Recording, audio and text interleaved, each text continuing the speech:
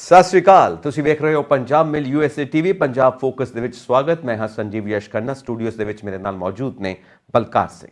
ਹਾਂਜੀ, ਜਿਵੇਂ ਪੰਜਾਬ ਫੋਕਸ ਦੇ ਸਾਰੇ ਦਰਸ਼ਕਾਂ ਨੂੰ ਪਤਾ ਹੈ ਕਿ ਅਸੀਂ ਇਸ ਪ੍ਰੋਗਰਾਮ ਵਿੱਚ ਉਹ ਮੁੱਦੇ ਲੈਂਦੇ ਹਾਂ ਜਿਹੜੇ ਹੁਣੇ ਵਾਪਰੇ ਨੇ। ਕਰੰਟ ਅਫੇਅਰਸ ਦਾ ਪ੍ਰੋਗਰਾਮ ਹੈ, ਤਾਂ ਮੈਂ ਗੁਜ਼ਾਰਿਸ਼ ਕਰਾਂਗਾ ਖੰਨਾ ਜੀ ਨੂੰ ਕਿ ਉਹ ਮੁੱਦਾ ਲਿਆ ਜਾਵੇ ਜਿਹੜਾ ਇਸ ਵੇਲੇ ਵੀ ਬਿਲਕੁਲ ਸਰਗਰਮ ਵੀ ਹੈ ਔਰ ਸਾਡੇ ਦਰਸ਼ਕ ਉਹਨੂੰ ਜਾਣਦੇ ਵੀ ਆ, ਉਹਨਾਂ ਨਾਲ ਉਸ ਮੁੱਦੇ ਦੀ ਸਾਂਝ ਪਵਾਈਏ।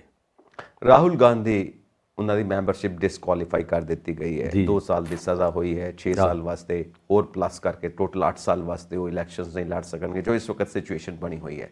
ਹਜੇ ਤੱਕ ਉਹਨਾਂ ਨੇ ਅਪੀਲ ਨਹੀਂ ਕੀਤੀ, ਹਾਲਾਂਕਿ ਜਿਹੜੀ ਉਹਨਾਂ ਦੀ ਲੀਗਲ ਟੀਮ ਹੈ ਪੂਰੀ ਤਰ੍ਹਾਂ ਤਿਆਰ ਹੈ ਅਪੀਲ ਕਰਨ ਵਾਸਤੇ। ਹੋ ਸਕਦਾ ਕਹਿੰਦੇ ਨੇ ਕਿ ਰਾਹੁਲ ਗਾਂਧੀ ਸ਼ਾਇਦ ਮੂਡ ਦੇਖਦੇ ਪਏ ਨੇ ਜਨਤਾ ਦਾ ਔਰ ਇਸ ਤਰ੍ਹਾਂ ਸਿੰਪਥੀ ਲੈਣਾ ਚਾਹੁੰਦੇ ਨੇ, ਕਿਉਂਕਿ ਉਹਨਾਂ ਨੂੰ ਇਹ ਵੀ ਨੋਟਿਸ ਦਿੱਤਾ ਗਿਆ ਕਿ ਉਹਨਾਂ ਨੂੰ ਘਰ ਖਾਲੀ ਕਰਨਾ ਪਏਗਾ ਤੁਗਲਕ ਰੋਡ ਤੋਂ। ਉਹ ਕਹਿੰਦੇ ਮੈਂ ਕਰ ਦੇਵਾਂਗਾ ਖਾਲੀ। ਉਹਨਾਂ ਨੇ ਜਵਾਬ ਦਿੱਤਾ ਹੈ ਲੈਟਰ ਦੇ ਕੇ। ਸਿੰਪਥੀ ਗੇਨ ਕਰਨਾ ਚਾਹੁੰਦੇ ਨੇ ਔਰ ਸੜਕਾਂ 'ਤੇ ਉਤਰਨਾ ਚਾਹੁੰਦੇ ਨੇ ਆਪਣੇ ਕਾਰਕੁਨਾਂ ਨਾਲ ਜੋ ਕਾਂਗਰਸ ਦੇ ਨੇ, ਤਾਂ ਕਿ ਲੋਕਾਂ ਦਾ ਜ਼ਿਆਦਾ ਤੋਂ ਜ਼ਿਆਦਾ ਸਮਰਥਨ ਹਾਸਿਲ ਕੀਤਾ ਜਾਵੇ। ਕੁਝ ਇੱਦਾਂ ਦੀ ਟੈਕਟਿਕਸ ਜੋ ਮਾਹਿਰ ਨੇ ਉਹ ਕਹਿ ਰਹੇ ਨੇ ਕਿ ਇੱਦਾਂ ਦੀ ਸਟ੍ਰੈਟਜੀ ਅਪਣਾ ਰਹੇ ਨੇ। ਤੇ ਸਿੰਘਵੀ ਸਾਹਿਬ ਜਿਹੜੇ ਨੇ ਉਹ ਬਿਲਕੁਲ ਰੈਡੀ ਨੇ, ਜੋ ਇਹਨਾਂ ਦੀ ਲੀਗਲ ਟੀਮ ਦੇ ਚੀਫ ਨੇ, ਕਿ ਅਸੀਂ ਬਿਲਕੁਲ ਆਪਣੀ ਸਟ੍ਰੈਟਜੀ ਦੇ ਨਾਲ ਆਪਣੀ ਪਲਾਨ ਦੇ ਨਾਲ ਤਿਆਰ ਹਾਂ।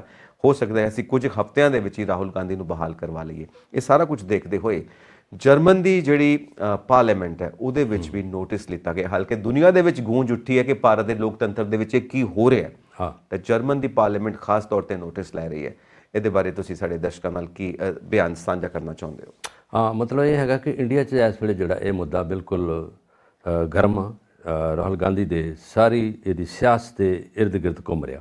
ਉਹ ਇਸ ਤਰ੍ਹਾਂ ਦਾ ਹੈਗਾ ਕਿ ਉਪਨਾਮ ਤੋਂ ਵੀ ਰੌਲਾ ਪਿਆ ਇਹਦਾ, 2 ਸਾਲ ਦੀ ਸਜ਼ਾ ਵੀ ਇਹਨੂੰ ਹੋਈ।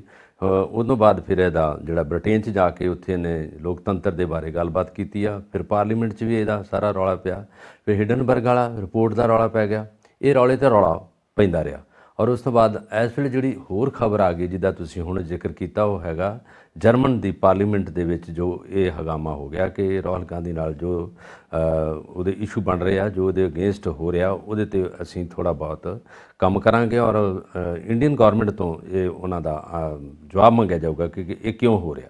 ਉਹਦੇ ਦੇ ਵਿੱਚ ਵਿਦੇਸ਼ ਮੰਤਰਾਲਾ ਜਿਹੜਾ ਇਨਵੋਲਵਡ ਹੈਗਾ, ਉਹਦੇ ਵਿੱਚ ਆਪਣਾ ਵੀ ਜਿਹੜਾ ਵਿਦੇਸ਼ ਮੰਤਰਾਲਾ, ਦੋਨਾਂ ਦੀ ਗੱਲਬਾਤ ਹੋਊਗੀ, ਜਿਹਦੇ ਵਿੱਚ ਸਾਡਾ ਵਿਦੇਸ਼ ਮੰਤਰੀ ਹੋਊਗਾ ਇੰਡੀਆ ਦਾ ਅਤੇ ਉਹਨਾਂ ਦਾ ਹੋਏਗਾ। ਉਹਦੇ ਵਿੱਚ ਇਹਨਾਂ ਨੇ ਕਿਹਾ ਕਿ ਅਸੀਂ 1 to all ਸਾਰੇ ਮੁੱਦਿਆਂ 'ਤੇ ਪਤਾ ਕੀਤਾ ਜਾਊਗਾ, ਕਿਉਂਕਿ ਇਹਦਾ ਮਤਲਬ ਹੈਗਾ ਕਿ ਅੰਤਰਰਾਸ਼ਟਰੀ ਜਿਹੜਾ ਇਸ਼ੂ ਬਣ ਜਾਂਦਾ, ਕਿਉਂਕਿ ਅਸਲ 'ਚ ਤੇ ਅੰਦਰੂਨੀ ਮਾਮਲਾ ਸਾਡੇ ਦੇਸ਼ ਦਾ, ਇਹਦੇ ਵਿੱਚ ਪਾਰਲੀਮੈਂਟ ਦਾ ਮਾਮਲਾ ਇਹਦੇ ਵਿੱਚ, ਕਿਉਂਕਿ ਇਹ ਇੱਕ ਪਾਰਟੀ ਦੇ ਨੈਸ਼ਨਲ ਲੀਡਰ ਨੇ, ਜਿਹੜੀ ਕਾਂਗਰਸ ਪਾਰਟੀ ਹੈਗਾ ਉਹਦੇ ਸਿਰਕੱਢ ਨੇਤਾ ਨੇ ਔਰ ਇਹ ਪਾਰਟੀ ਇਹਨਾਂ ਦੀ ਫੈਮਿਲੀ ਵੱਲੋਂ ਹੀ ਬਣਾਈ ਗਈ ਔਰ 1885 ਤੋਂ ਆਪਾਂ ਪੜ੍ਹਦੇ ਆ ਰਹੇ ਕਦੋਂ ਤੱਕ ਚੱਲਦੀ ਰਹੀ ਔਰ ਇਹ ਪਾਰਟੀ ਵਿਰੋਧੀ ਪਾਰਟੀ ਦੇ ਤੌਰ 'ਤੇ ਕੰਮ ਕਰ ਰਹੀ ਹੈ। ਦੂਜੇ ਪਾਸੇ BJP ਹੈ, NDA, ਉਹਨੂੰ ਇਹ ਰੋਕਣ ਲਈ, ਉਹਨਾਂ ਦੀਆਂ ਜਾਤੀਆਂ ਨੂੰ, ਉਹਨਾਂ ਦੀ ਡਿਕਟੇਟਰਸ਼ਿਪ ਲਈ, ਉਹਨਾਂ ਦੀ ਤਾਨਾਸ਼ਾਹੀ ਨੂੰ ਰੋਕਣ ਲਈ ਇਹ ਅੱਗੇ ਆ ਜਾਂਦੇ ਆ, ਕਿਉਂਕਿ ਇੱਕੋ ਇੱਕ ਪਾਰਟੀ ਹੈ ਇੰਡੀਆ ਦੀ ਜਿਹੜੀ ਇਸ ਵੇਲੇ ਮੌਜੂਦਾ ਪਾਰਟੀ ਹੈ, ਜਿਹਦੇ 'ਚ ਪੂਰਾ ਗਰੁੱਪ ਬਣਿਆ ਹੋਇਆ। ਹੁਣ ਇਹਨਾਂ ਨੇ ਦੂਜਾ ਇਹ ਲਾ ਰਿਹਾ ਕਿ ਇਹਦੇ ਵਿੱਚ ਗੱਠਜੋੜ ਬਣਾ ਲਈਏ, ਸਾਰੀਆਂ ਪਾਰਟੀਆਂ ਦੇ ਨੁਮਾਇੰਦੇ ਇਕੱਠੇ ਕਰ ਲਈਏ ਔਰ ਖੜਕੇ ਸਾਹਿਬ ਇਹਦੇ ਪ੍ਰਧਾਨ ਨੇ ਔਰ ਉਹਨਾਂ ਨੇ ਕਿਹਾ ਕਿ ਜੇ ਰੌਲਾ ਰਿਹਾ, ਜੇ ਮਾਫੀ ਵਾਲੀ ਗੱਲ ਰਹੀ ਤਾਂ ਮਾਫੀ ਕਦੀ ਨਹੀਂ ਮੰਗਣਗੇ, ਰਹਿੰਦੀ ਦੁਨੀਆ ਤੱਕ ਨਹੀਂ ਮੰਗਣਗੇ, ਕਿਉਂਕਿ ਇਹਨਾਂ ਨੇ ਕੋਈ ਏਡਾ ਵੱਡਾ ਦੋਸ਼ ਨਹੀਂ ਮੜਿਆ ਗਿਆ ਦਿੱਤੇ ਅਤੇ ਜਾਂ ਇੰਨਾ ਵੱਡਾ ਕੋਈ ਇਹਨਾਂ ਨੇ ਗਲਤ ਕੰਮ ਨਹੀਂ ਕੀਤਾ। ਔਰ ਦੂਜੇ ਪਾਸੇ ਇਹਨਾਂ ਨੇ ਕਹਿਤਾ ਕਿ ਜਿਹੜਾ ਰੈਜ਼ੀਡੈਂਸ ਹੈ ਇਹਨਾਂ ਦਾ ਅਸ਼ੋਕਾ ਰੋਡ 'ਤੇ, ਉਹਨੂੰ ਪਾਸੇ ਕਰਕੇ, ਵਿਹਲਾ ਕਰਕੇ, ਖਾਲੀ ਕਰਕੇ ਅਤੇ ਬਾਹਰ ਆ ਜਾਓ ਔਰ ਇਹ ਉਹਨਾਂ ਨੇ ਮੰਨ ਲਿਆ। ਉਹਨਾਂ ਨੇ ਕਿਹਾ ਕਿ ਮੈਂ ਇਹਦੇ 'ਚ ਕੋਈ ਅੜਚਨ ਨਹੀਂ ਪਾਊਂਗਾ, ਮੈਂ ਇਸ ਤੋਂ ਬਾਹਰ ਇਹਨੂੰ ਖਾਲੀ ਕਰ ਦੇਣਾ ਬਹੁਤ ਜਲਦੀ, ਪਰ ਬਾਕੀ ਮਾਮਲਿਆਂ ਨਹੀਂ, ਮੈਂ ਕੋਰਟ ਦੀ ਫਿਰ ਸਹਿਮਤੀ ਲਊਂਗਾ, ਕੋਰਟ ਕੀ ਕਹਿੰਦੀ ਹੈ, ਜੁਡੀਸ਼ਰੀ ਕੀ ਕਹਿੰਦੀ ਇਹਦੇ ਬਾਰੇ 'ਚ, ਜੋ ਕੁਝ ਮੈਨੂੰ ਇਹਨਾਂ ਨੇ ਮੇਰੇ 'ਤੇ ਦੋਸ਼ ਮੜੇ ਆ। ਅਤੇ ਜਰਮਨ ਦੀ ਸਰਕਾਰ ਇਸ ਵੇਲੇ ਉਹਨਾਂ ਨੇ ਮੁੱਦਾ ਪਾਸ ਕਰ ਲਿਆ। ਉਹ ਜਿਹੜੀ ਵੀ ਉਹਨਾਂ ਦੀ ਐਸੋਸੀਏਟ ਡਿਪਾਰਟਮੈਂਟ ਆ ਜਾਂ ਜਿਹਦੇ ਨਾਲ ਰਿਲੇਟਡ ਨੇ, ਉਹਨਾਂ ਦੇ ਮੰਤਰੀ ਇਹਨਾਂ ਕੋਲ ਜਵਾਬ ਮੰਗਣਗੇ ਇੰਡੀਅਨ ਗੌਰਮੈਂਟ ਕੋ ਕਿ ਇਹ ਗਾਹੇ ਬਗਾਹੇ ਰੋਜ਼ ਦਿਹਾੜੀ ਕਿਉਂ ਹੋ ਰਿਹਾ। ਇੱਕ ਨੇਤਾ 'ਤੇ ਹੀ ਸਾਰਾ ਕੁਝ ਹੋ ਗਿਆ। ਪਹਿਲੋਂ ED ਵਾਲਾ ਮਾਮਲਾ ਸੀਗਾ, ਜਿਸ 'ਚ ਸੋਨੀਆ ਗਾਂਧੀ ਵੀ ਇਨਵੋਲਵ ਰਹੀ ਆ, ਪ੍ਰਿਅੰਕਾ ਗਾਂਧੀ ਨੂੰ ਵੀ ਬੁਲਾਇਆ ਗਿਆ, ਉਹਦੇ ਵਿੱਚ 4-4 ਘੰਟੇ ਇਹਨਾਂ ਕੋਲ ਬੁਲਾਇਆ ਗਿਆ। ਫਿਰ ਲੰਚ ਦੀ ਛੁੱਟੀ ਹੁੰਦੀ ਸੀ, ਨਹੀਂ ਤਾਂ ਨਹੀਂ ਹੁੰਦੀ। CBI ਵੀ ਇਹਨਾਂ ਦੇ ਰਹੀ ਹੈ ਮਗਰ, ਪਰ ਉਦੋਂ ਬਾਅਦ ਅਜੇ ਤੱਕ ਖੰਨਾ ਜੀ, ਮੇਰਾ ਖਿਆਲ ਸਾਡੇ ਦਰਸ਼ਕ ਜਾਣਦੇ ਆ, ਜਿੰਨੇ ਦੋਸ਼ ਮੜੇ ਗਏ ਆ ਕੋਈ ਵੀ ਕਲੀਅਰ ਨਹੀਂ ਹੋਇਆ। ਉਹਦੇ 'ਤੇ ਕੁਛ ਵੀ ਇਹਨਾਂ 'ਤੇ ਇਹ ਨਹੀਂ ਮੜਿਆ ਗਿਆ ਕਿ ਬਿਲਕੁਲ ਉਹਦੇ 'ਤੇ ਉਹਦੀ ਧਾਰਾ ਲੱਗ ਕੇ ਅਤੇ ਇਹਨਾਂ ਨੂੰ ਕੁਛ ਨਾ ਕੁਛ ਸਜ਼ਾ ਦਿੱਤੀ ਜਾ ਸਕਦੀ ਆ, ਪਰ ਇਹ ਨਹੀਂ ਹੋਇਆ ਕੁਛ ਵੀ। ਜਿਹੜਾ ਇਹਨਾਂ 'ਤੇ ਉਹ 2 ਸਾਲ ਦਾ ਸੀਗਾ, ਜਿਹੜਾ ਇਹਨਾਂ ਉਪਨਾਮ ਲਿਆ, ਉਹਦੇ 'ਤੇ ਵੀ ਇੰਗਲੈਂਡ 'ਚ ਤਾਂ ਆਏ ਹੈ ਤੇ ਉਹਦੇ 'ਚ ਲਲਿਤ ਮੋਦੀ ਜੀ ਨੇ ਕਹਿਤਾ ਕਿ ਮੈਂ ਉਹਦੇ 'ਤੇ ਉਹਨਾਂ ਨੇ ਧਮਕੀ ਦਿੱਤੀ ਜਾਂ ਕੁਝ ਹੋ ਗਿਆ, ਉਹ ਕਹਿੰਦੇ ਮੈਂ ਉੱਥੋਂ ਕੇਸ ਦਾਇਰ ਕਰੂੰਗਾ ਇੰਗਲੈਂਡ ਤੋਂ ਇਹਨਾਂ 'ਤੇ। ਇਹ ਨਹੀਂ ਕਿ ਇੰਡੀਆ ਦੀ ਧਰਤੀ 'ਤੇ ਰੌਲਾ ਪੈ ਗਿਆ, ਬਾਹਰਲੇ ਦੇਸ਼ਾਂ 'ਚ ਵੀ ਇਹਨਾਂ ਦੇ ਅਗੇਂਸਟ ਚੱਲ ਪਏ ਸਾਰਾ ਕੁਝ। ਦੂਜੇ ਪਾਸੇ ਆ ਗਈ ਇਲੈਕਸ਼ਨ ਹੁਣ ਸਿਰ 'ਤੇ ਆ ਗਈ ਹੈ। ਇਹਦੇ ਲਈ ਹੁਣ ਸਾਰੀਆਂ ਪਾਰਟੀਆਂ ਇਹ ਕਰ ਰਹੀਆਂ ਆਪਣਾ ਪੈਂਤੜਾ ਬਣਾ ਰਹੀਆਂ, ਆਪਣਾ ਪੜੋਲ ਬਣਾ ਰਹੀਆਂ ਕਿ ਅਸੀਂ ਜਿੱਤੀਏ ਤੇ ਲੋਕਾਂ ਤੱਕ ਇਹਨਾਂ ਦੀ ਆਵਾਜ਼ ਇਹ ਪੇਸ਼ ਕਰੀਏ ਕਿ ਇਹ ਗਲਤ ਹੈਗੇ ਆ। ਇਹਨਾਂ ਅਜੇ ਤੱਕ ਜੋ ਵੀ ਕੀਤਾ ਜਨਤਾ ਲਈ ਚੰਗਾ ਕੰਮ ਨਹੀਂ ਕੀਤਾ। ਹੁਣ ਹਰ ਪਾਰਟੀ ਸਫੈਦ ਪੋਸ਼ ਬਣਨਾ ਚਾਹ ਰਹੀ ਵੀ ਅਸੀਂ ਇਸ ਵੇਲੇ ਦੁੱਧ ਨਾਤੇ ਹਾਂ, ਅਸੀਂ ਕੁਝ ਨਹੀਂ ਕੀਤਾ ਅਗੇਂਸਟ ਗੌਰਮੈਂਟ ਦੇ ਜਾਂ ਲੋਕਾਂ ਦੇ ਅਗੇਂਸਟ ਨਹੀਂ ਕੀਤਾ। ਸਿਰਫ ਤੇ ਸਿਰਫ ਰਾਹੁਲ ਗਾਂਧੀ ਕਾਂਗਰਸ ਪਾਰਟੀ ਕਰਦੀ ਰਹੀ ਹੈ, ਬਾਕੀ ਬਿਲਕੁਲ ਸਾਰੇ ਠੀਕ ਠਾਕ ਹੈਗੇ ਆ।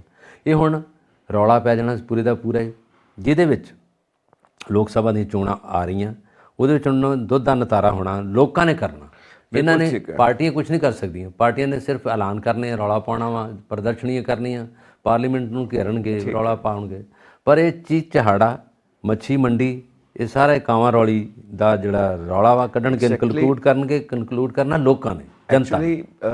ਓਪੋਜੀਸ਼ਨਸ ਵੀ ਪਾਰਟੀਆਂ ਇਕੱਠੀਆਂ ਹੋ ਰਹੀਆਂ ਨੇ ਜੀ, ਔਰ ਉਹ ਕਾਂਗਰਸ ਦਾ ਸਾਥ ਦੇ ਰਹੀਆਂ ਨੇ ਔਰ ਉਹ ਮਨ ਬਣਾ ਰਹੀਆਂ ਨੇ ਕਿ ਸੈਂਟਰ ਦੇ ਵਿੱਚ ਕਾਂਗਰਸ ਦੀ ਸਰਕਾਰ ਸਥਾਪਿਤ ਕੀਤੀ ਜਾਏ। ਸਹੀ ਗੱਲ। ਔਰ ਉਹਨਾਂ ਨੂੰ ਸਪੋਰਟ ਕੀਤਾ ਜਾਏ ਔਰ ਬੀਜੇਪੀ ਦੀ ਸਰਕਾਰ 2024 ਦੀਆਂ ਇਲੈਕਸ਼ਨਸ ਦੇ ਵਿੱਚ ਨਹੀਂ ਬਣਨੀ ਚਾਹੀਦੀ। ਇਹ ਕੋਸ਼ਿਸ਼ ਕਰਦੀਆਂ ਪਈਆਂ ਨੇ ਸਾਰੇ ਵਿਰੋਧੀ ਧਿਰਾਂ ਔਰ ਕਾਂਗਰਸ ਦੇ ਹੱਕ ਦੇ ਵਿੱਚ ਸਟੈਂਡ ਲੈ ਰਹੀਆਂ ਨੇ ਇਸ ਘਟਨਾ ਤੋਂ ਬਾਅਦ। ਸੋ ਆਪਾਂ ਅੱਗੇ ਵਧਦੇ ਹਾਂ। ਜ਼ਰੂਰ। ਆਮ ਆਦਮੀ ਪਾਰਟੀ ਨੇ ਇੱਕ ਮੁਹਿੰਮ ਸ਼ੁਰੂ ਕੀਤੀ ਹੈ ਥਾਂ ਦੇ ਵਿੱਚ, ਦੇਸ਼ ਦੇ ਵਿੱਚ, ਕਿ ਥਾਂ ਦੇ ਉੱਤੇ ਵੱਖ-ਵੱਖ ਭਾਸ਼ਾਵਾਂ ਦੇ ਵਿੱਚ ਪੋਸਟਰ ਲਗਾਏ ਜਾਣ, ਮੋਦੀ ਹਟਾਓ ਦੇਸ਼ ਬਚਾਓ।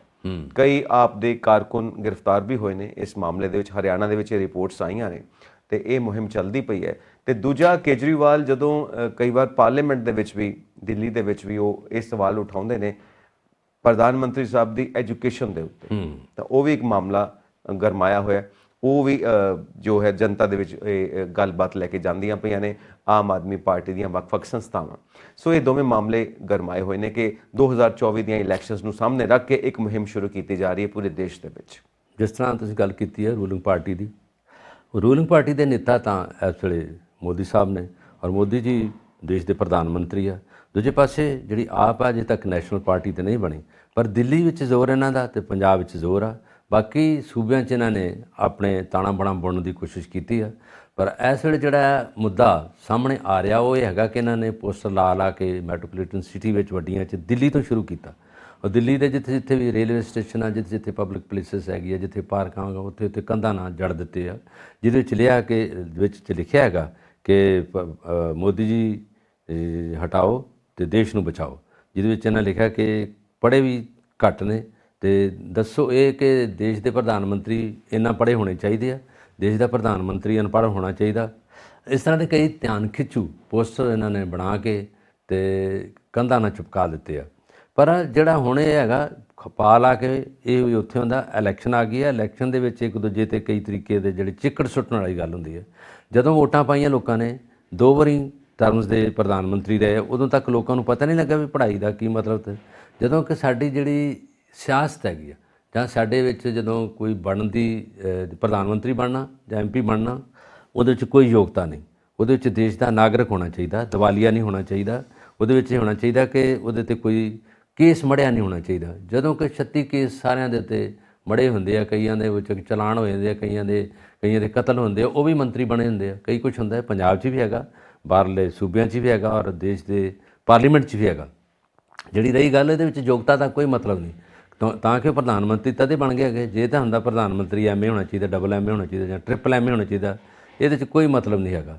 ਜਦੋਂ ਕਿ ਬਾਹਰਲੇ ਦੇਸ਼ਾਂ 'ਚ ਹੈਗਾ ਖੰਨਾ ਜੀ ਕਿ ਜਿਹੜੇ ਵੀ ਮੰਤਰੀ ਨੇ ਜਾਂ ਜਿਹਦੇ ਵਿੱਚ MLA ਨੇ ਜਾਂ MP ਹੈਗੇ, ਉਹਨਾਂ ਨੂੰ ਜਿਹੜੀ ਵੀ ਆ ਫੌਜ ਦੀ ਟ੍ਰੇਨਿੰਗ ਦਿੰਦੇ, ਉਹਦੇ ਵਿੱਚ ਉਹਨਾਂ ਨੂੰ ਘੱਟੋ ਘੱਟ ਉਹਨਾਂ ਨੂੰ ਪਤਾ ਹੋਣਾ ਚਾਹੀਦਾ ਕਿ ਦੇਸ਼ ਦੇ ਕੋਈ ਹਮਲਾ ਹੁੰਦਾ ਤਾਂ ਕਿਸ ਤਰ੍ਹਾਂ ਬਚਾਓ ਕਰਨਾ। ਸਾਡੇ ਦੇਸ਼ ਵਿੱਚ ਇਹ ਨਹੀਂ ਹੈਗਾ। ਪਰ ਸਾਡੇ 'ਚ ਹੈਗੀ ਮਲਟੀ ਪਾਰਟੀ ਸਿਸਟਮ, ਸਾਡਾ ਬਹੁਤ ਪਾਰਟੀ ਸਿਸਟਮ ਹੈਗਾ। ਬਾਹਰਲੇ ਦੇਸ਼ਾਂ 'ਚ 2 ਪਾਰਟੀਆਂ ਹੈਗੀਆਂ, ਕੋਈ ਰੌਲਾ ਨਹੀਂ ਗਾ। ਸਾਡੇ 'ਚ ਨਾ ਤਾਂ ਯੋਗਤਾ ਦਾ ਮਤਲਬ ਹੈਗਾ ਤੇ ਨਾ ਕੋਈ ਪਾਰਟੀ ਦਾ ਮਤਲਬ ਹੈਗਾ। ਇੱਕ ਪਾਰਟੀ 'ਚ ਨਹੀਂ ਤੁਹਾਨੂੰ ਕੁਝ ਮਿਲਦਾ, ਦੂਜੀ 'ਚ ਜਾ ਵੜੋ, ਦੂਜੀ 'ਚ ਨਹੀਂ ਮਿਲ ਜਾ ਤੀਜੀ 'ਚ ਜਾ ਵੜੋ। ਪੰਜਾਬ ਦੇ ਕਾਂਗਰਸ ਦੀ ਜਿਹੜੀ ਪਾਰਟੀ, ਇਹਦੇ 'ਚ ਇੱਦਾਂ ਹੀ ਹੋਇਆ। ਜਿੰਨੀਆਂ ਵੱਡੀਆਂ ਤੋਪਾਂ ਸੀ, ਜਿੰਨੇ ਵੱਡੇ ਇੱਥੇ ਨੇਤਾ ਹੈਗੇ, ਸਾਰੇ ਪਾਰਟੀ ਨੂੰ ਅਲਵਿਦਾ ਕਹਿ ਕੇ ਦੌੜ ਕੇ ਦਿੱਲੀ ਚਲੇ ਗਏ, BJP ਦੀ ਝੋਲੀ 'ਚ ਜਾ ਪਏ ਆ। ਇਸੇ ਤਰ੍ਹਾਂ ਹੀ ਅਕਾਲੀ ਦਲ 'ਚ ਹੁੰਦਾ। ਜਿਸ ਤਰ੍ਹਾਂ ਇੱਕ ਮੰਤਰੀ ਇਹਨਾਂ ਦਾ MLA ਫੜਿਆ ਸੀਗਾ, ਉਹਦੇ 'ਚੋਂ ਪਤਾ ਲੱਗਦਾ ਸੀ ਪੈਸੇ ਖਾ ਗਿਆ, ਤੇ ਉਹਦੇ 'ਚ ਇਹ ਬਠਿੰਡੇ ਤੋਂ ਅਮਿਤ ਸੀ ਉਹਨਾਂ ਦਾ ਨਾਂ। ਤੇ ਉਹ ਪਹਿਲੋਂ ਇਹਦੇ 'ਚ ਅਕਾਲੀ ਦਲ ਸੀਗਾ, ਅਕਾਲੀ ਦਲ 'ਚੋਂ ਛੜਾਪਾ ਮਾਰ ਕੇ ਆਪ 'ਚ ਆ ਗਿਆ, ਆਪ 'ਚ ਆ ਕੇ ਐਮਐਲਏ ਬਣ ਗਿਆ। ਹੁਣ ਇਸ ਤਰ੍ਹਾਂ ਦੇ ਜਿਹੜੇ ਨੇ ਜਿਹੜੀਆਂ ਨੀਤੀਆਂ ਨੇ ਸਾਰੀਆਂ ਪਾਰਟੀਆਂ ਦੀਆਂ, ਉਹ ਮੱਦੇ ਨਜ਼ਰ ਰੱਖ ਕੇ ਤੁਰਦੇ ਆ। ਉਹਨਾਂ ਨੂੰ ਇਹ ਨਹੀਂ ਪਤਾ ਹੁੰਦਾ ਵੀ ਲੋਕਾਂ ਨੇ ਸਾਨੂੰ ਵੋਟਾਂ ਕਿਉਂ ਪਾਈਆਂ, ਨਹੀਂ ਪਾਈਆਂ। ਪਾਰਟੀ ਛੱਡਣ 'ਚ 2 ਮਿੰਟ ਲਾਉਂਦੇ ਆ। ਇਸੇ ਤਰ੍ਹਾਂ ਹੀ ਜਿਹੜੀਆਂ ਨੈਸ਼ਨਲ ਪਾਰਟੀਆਂ ਉਹਨਾਂ 'ਚ ਵੀ ਹੈਗਾ, ਜਿਹੜੀ ਬੀਜੇਪੀ ਹੈ, ਬੀਜੇਪੀ ਦੇ ਵਿੱਚ ਵੀ ਬਹੁਤ ਲੋਕ ਜਿਹੜੇ ਉਹ ਨੇ ਜਿਹੜੇ ਬਾਹਰੋਂ ਛੱਡ ਕੇ ਆ ਕੇ ਬੀਜੇਪੀ 'ਚ ਜਾ ਰਹੇ ਆ। ਅਸਲ 'ਚ ਵੇਂਦੇ ਲੋਕ ਝੁਕਦਾ ਛਾਬਾ, ਜਿਹਦੇ 'ਚ ਲੋਕ ਵੇਂਦੇ ਵੀ ਇਹਦੇ 'ਚ ਇਸ ਵੇਲੇ ਪਾਵਰ ਆ, ਇਹਨਾਂ ਕੋਲ ਸਾਰੀ ਤਾਕਤ ਹੈਗੀ ਆ। ਕੱਲ੍ਹ ਨੂੰ ਅਸੀਂ ਵੱਧ ਘੱਟ ਕੀਤਾ, ਅਸੀਂ ਕਰਪਸ਼ਨ ਕੀਤੇ ਤਾਂ ਅਸੀਂ ਫੜੇ ਜਾਵਾਂਗੇ, ਕਿਉਂ ਨਹੀਂ ਇਹਨਾਂ ਦੀ ਝੋਲੀ 'ਚ ਪੈ ਜਾਈਏ। ਇਸ ਕਰਕੇ ਹੈਗਾ ਦਿੱਲੀ ਦੀ ਜਿਹੜੀ ਵੀ ਸਿਆਸਤ ਹੈਗੀ ਆ, ਉਹਦੇ ਮਗਰ ਲੱਗਣਾ ਸੂਬਿਆਂ ਦੀ ਸਿਆਸਤ ਦਾ ਇੱਕ ਬਹੁਤ ਵੱਡਾ ਪੈਂਤੜਾ ਬਣ ਚੁੱਕਿਆ। ਇਸ ਕਰਕੇ ਹੈਗਾ ਕਿ ਹੁਣ ਇਲੈਕਸ਼ਨ ਤਾਂ ਆ ਗਈ ਸਿਰ 'ਤੇ। ਇਹਦੇ ਵਿੱਚ ਹੁਣ ਰਾਹੁਲ ਗਾਂਧੀ ਦੇ ਵਿੱਚ ਵੀ ਜਿਹੜੀ ਕਾਂਗਰਸ ਦਾ ਉਹਦਾ ਰੌਲਾ ਪੈ ਗਿਆ, ਉਹਦੇ ਵਿੱਚ ਤ੍ਰਿਣਮੂਲ ਕਾਂਗਰਸ ਜਿਹੜੀ ਹੈਗੀ ਮਮਤਾ ਬੈਨਰਜੀ, ਉੱਧਰ ਵੀ ਰੌਲਾ ਸੀਗਾ। ਜਿਸ ਤਰ੍ਹਾਂ ਤੁਸੀਂ ਦੱਸਿਆ ਕਿ ਇੱਕ ਇਕੱਠ ਜੋੜ ਬਣਾ ਰਿਹਾ, ਜਿਸ 'ਚ ਨੀਤੀਸ਼ ਕੁਮਾਰ ਜੀ ਥੋੜ੍ਹਾ ਕਮਾਂਡ ਕਰਨਗੇ, ਸੀਨੀਅਰ ਨੇਤਾ ਨੇ ਜਿਹੜੇ ਬਿਹਾਰ ਦੇ ਇਸ ਵੇਲੇ ਮੁੱਖ ਮੰਤਰੀ ਆ, ਦੂਜੀ ਵਾਰ ਮੁੱਖ ਮੰਤਰੀ ਬਣੇ ਆ। ਉਹਨਾਂ ਦਾ ਬੋਲਬਾਲਾ ਹੈਗਾ ਅਗਲਾ ਕਮਿੰਗ ਜਿਹੜਾ PM ਆਫ ਇੰਡੀਆ ਬਣਨ ਦਾ। ਪਰ ਉਹਨਾਂ ਨੇ ਆਪਣੇ ਨੂੰ ਤਾਂ ਜੇ ਕਿਹਾ ਕਿ ਮੈਂ ਨਹੀਂ ਬਣਾਂਗਾ। ਪਰ ਇਹਦੇ ਵਿੱਚ ਹੁਣ ਰੌਲਾ ਸਾਰੀਆਂ ਪਾਰਟੀਆਂ ਨੂੰ ਪੈ ਰਿਹਾ ਕਿ ਉਹਨਾਂ ਨੂੰ ਅੱਗੇ ਬਣਾਈਏ। ਸਿਆਣੇ ਬੰਦੇ ਹੈਗਾ, ਨੀਤੀਵਾਨ ਨੇ, ਔਰ ਪਹਿਲਾਂ ਉਹ ਵੀ BJP ਦੇ ਨਾਲ ਰਹੇ ਆ। ਉਹਨਾਂ ਨੂੰ ਪਤਾ ਹੈਗਾ ਕਿ ਇਹਨਾਂ ਦੀ ਨੀਤੀ ਕੀ ਹੈਗੀ, ਅਸੀਂ ਕੀ ਨੀਤੀਆਂ ਬਣਾਉਣੀਆਂ। ਔਰ ਲਾਲੂ ਯਾਦਵ ਦਾ ਜਿਹੜਾ ਬੇਟਾ ਉਹਦਾ ਤੇਜਸਵੀ, ਉਹ ਵੀ ਇਹਨਾਂ ਦੇ ਨਾਲ ਉਪ ਮੁੱਖ ਮੰਤਰੀ ਆ। ਬਿਹਾਰ ਔਰ UP ਇਹਦੇ ਵਿੱਚ ਸੀਟਾਂ ਬਹੁਤ ਹੁੰਦੀਆਂ। ਸਾਡੇ ਕੋਲ ਤਾਂ 13 ਸੀਟਾਂ ਹੈਗੀਆਂ ਪੰਜਾਬ ਕੋਲ, 117 ਸਾਡੇ ਵਿਧਾਨ ਸਭਾ ਦੀਆਂ, ਉਹਨਾਂ ਕੋਲ ਬੇਸ਼ੁਮਾਰ 40-45 ਸੀਟਾਂ ਹੁੰਦੀਆਂ। ਔਰ 2 ਸਟੇਟ ਜਾਂ 3 ਸਟੇਟ ਬਣ ਜਾਣ, ਬੰਗਾਲ, ਬਿਹਾਰ, ਅਤੇ ਜੇ ਆ ਜਾਏ ਤੁਹਾਡੇ ਕੋਲ UP ਅਤੇ ਮੱਧ ਪ੍ਰਦੇਸ਼ ਰਲ ਕੇ, ਅਤੇ ਦੇਸ਼ ਦਾ ਸਾਰਾ ਕੁਝ ਵਾਗਡੋਰੇ ਹੀ ਸੰਭਾਲ ਸਕਦੇ ਆ, ਕਿਉਂਕਿ ਉਹਨਾਂ ਕੋਲ ਸੀਟਾਂ ਜ਼ਿਆਦੀਆਂ। ਔਰ ਸਾਡੇ ਪੰਜਾਬ 'ਚ ਰੌਲਾ ਜ਼ਿਆਦਾ ਅਤੇ ਕੰਮ ਥੋੜ੍ਹਾ, ਅਤੇ 117 ਸੀਟਾਂ ਦੇ ਵੀ ਗੁੱਥਮ-ਗੁੱਥਾ ਹੋ ਜਾਂਦੇ ਆ। ਉਹਦੇ 'ਚ ਕਿਹਦੀ ਪਾਰਟੀ ਬਣਨੀ, ਕਿਹਦੀ ਨਹੀਂ ਬਣਨੀ, ਉਹ ਵੀ ਇਹਨਾਂ ਨੂੰ ਪਤਾ ਨਹੀਂ ਲੱਗਦਾ, ਕਿਉਂਕਿ ਪਾਰਟੀਆਂ ਜਿਹੜੀਆਂ ਆਪੋ ਵਿੱਚ ਸਾਰਾ ਕੁਝ ਇਹਨਾਂ ਦਾ ਵਿੱਚੋਂ ਨਿਕਲੇ ਹੁੰਦੇ ਆ। ਅਕਾਲੀ ਦਲ 'ਚੋਂ ਨਿਕਲ ਕੇ ਕਾਂਗਰਸ 'ਚ, ਕਾਂਗਰਸ 'ਚੋਂ ਨਿਕਲ ਕੇ BJP 'ਚ, ਇਹੋ 3-4 ਪਾਰਟੀਆਂ ਹੈਗੀਆਂ। ਪਰ ਇਸ ਵੇਲੇ ਇਹ ਵੈਸੇ ਸਾਡਾ ਫਿਊਚਰ ਹੈ ਨਾ, ਭਵਿੱਖ ਧੁੰਦਲਾ ਹੀ ਹੁੰਦਾ, ਕਿਉਂਕਿ ਜਦੋਂ 90 ਸੀਟਾਂ ਲੈ ਗਈ ਆਪ, ਅਤੇ ਦੂਜਿਆਂ ਦੇ ਸਾਰੀਆਂ ਜਿਹੜੀਆਂ ਪਾਰਟੀਆਂ ਉਹ ਸਫਾਇਆ ਹੋ ਗਿਆ ਉਹਨਾਂ ਦਾ ਸਾਰਾ ਕੁਝ। ਹੁਣ ਵੈਸੇ ਨਾਂ ਦੀਆਂ ਪਾਰਟੀਆਂ ਰਹਿ ਗਈਆਂ, ਪਰ ਪਾਵਰ ਤਾਂ ਉਹਨਾਂ ਕੋਲ ਹੈ ਨਹੀਂ ਕੁਛ ਵੀ। ਕੋਈ ਕੰਮ ਹੁੰਦਾ ਪੰਜਾਬ 'ਚ ਅਤੇ ਪੰਜਾਬ ਉਹਨੂੰ ੜਿੱਕਾ ਪਾ ਦਿੰਦੇ ਆ, ਹੈ ਨਾ। ਜਦੋਂ ਕਿ ਮੈਡੀਕਲ ਜਿਹੜੀ ਕਲੀਨਿਕ ਬਣਨੇ, ਉਦੋਂ ਰੌਲਾ ਪੈ ਗਿਆ। ਜਦੋਂ ਇਹਨਾਂ ਨੇ ਕਹਿਣਾ ਕਿ ਬਾਕੀ ਜਿਹੜੀ ਪੰਜਾਬ ਦੇ ਮੈਡੀਕਲ ਕਾਲਜ ਨੇ ਉਹ ਬਣ ਰਹੇ ਆ, ਉਹਦਾ ਰੌਲਾ ਪਾਤਾ, ਜਗ੍ਹਾ ਹੈ ਨਹੀਂ ਜੀ। ਇਹ ਹਰ ਚੀਜ਼ ਨੂੰ ਨੈਗੇਟਿਵ ਲੈਂਦੇ ਆ। ਇਹ ਨਹੀਂ ਲੈਂਦੇ ਵੀ ਲੋਕਾਂ ਨੇ ਇਹਦਾ ਫਾਇਦਾ ਲੈਣਾ। ਇਹ ਕਹਿੰਦੇ ਇਹਨਾਂ ਦਾ ਨਾਂ ਕਿਉਂ ਬਣ ਰਿਹਾ। ਇਹ ਪੰਜਾਬ ਦੀ ਟੈਂਡੈਂਸੀ ਹੈ, ਪੰਜਾਬ ਦੀ ਨੀਅਤ ਹੈ। ਇਸੇ ਤਰ੍ਹਾਂ ਹੀ ਨੇਤਾਵਾਂ ਦੀ, ਲੋਕਾਂ ਦੀ ਨਹੀਂ। ਲੋਕ ਆਪਣਾ ਕੰਮ ਕਰ ਲੈਂਦੇ ਆ, ਇਹ ਆਪਣਾ ਉੱਲੂ ਸਿੱਧਾ ਕਰਦੇ ਆ। ਇਹ ਖਾਸ ਤੌਰ 'ਤੇ ਸਾਡੇ ਲੋਕਾਂ ਨੂੰ ਪਤਾ, ਸਾਡੇ ਵੋਟਰਾਂ ਨੂੰ ਪਤਾ ਵੀ ਕੀ ਚਾਹੁੰਦੇ ਆ। ਤਦੇ ਕਰਕੇ ਤਾਂ ਸਾਰਾ ਕੁਝ ਸਫਾਇਆ ਹੋ ਗਿਆ ਇਹਨਾਂ ਦੀਆਂ ਗਲਤ ਨੀਤੀਆਂ ਦੇ, ਇਹਨਾਂ ਦੀ ਗਲਤ ਸੋਚ ਤੇ ਨੈਗੇਟਿਵਿਟੀ ਦੇ ਬਾਰੇ ਕਰਕੇ। ਇਸੇ ਕਰਕੇ ਇਹ ਹੁਣ ਨੁਕਰੇ ਲੱਗੇ ਪਏ ਆ।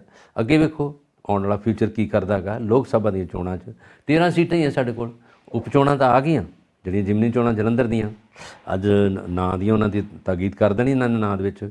2 ਪਾਰਟੀਆਂ ਨੇ ਨਹੀਂ ਕੀਤਾ ਜੇ ਨਾਂ ਅਨਾਉਂਸ, ਕਾਂਗਰਸ ਨੇ ਕਰ ਦਿੱਤਾ। ਉਹਨਾਂ ਦੇ ਸੰਤੋਖ ਸਿੰਘ ਚੌਧਰੀ ਦੀ ਵਾਈਫ ਦਾ ਨਾਂ ਹੀ ਅਨਾਉਂਸ ਹੋ ਗਿਆ। ਕਾਂਗਰਸ ਵੱਲੋਂ ਉਹ ਹੋਣਗੇ, ਅਕਾਲੀ ਦਲ ਦਾ ਨਹੀਂ ਅਜੇ ਕੋਈ, ਆਪ ਦਾ ਨਹੀਂ ਕੋਈ ਅਜੇ, ਹੈ ਨਾ। BJP ਦਾ ਕੋਈ ਨਹੀਂ ਆਏਗਾ। ਪੰਜਾਬ ਵਿੱਚ ਵੀ ਇਹ ਥੋੜ੍ਹਾ ਜਿਹਾ ਘਮਸਾਨ ਯੁੱਧ ਹੋਣ ਵਾਲਾ ਹੈਗਾ।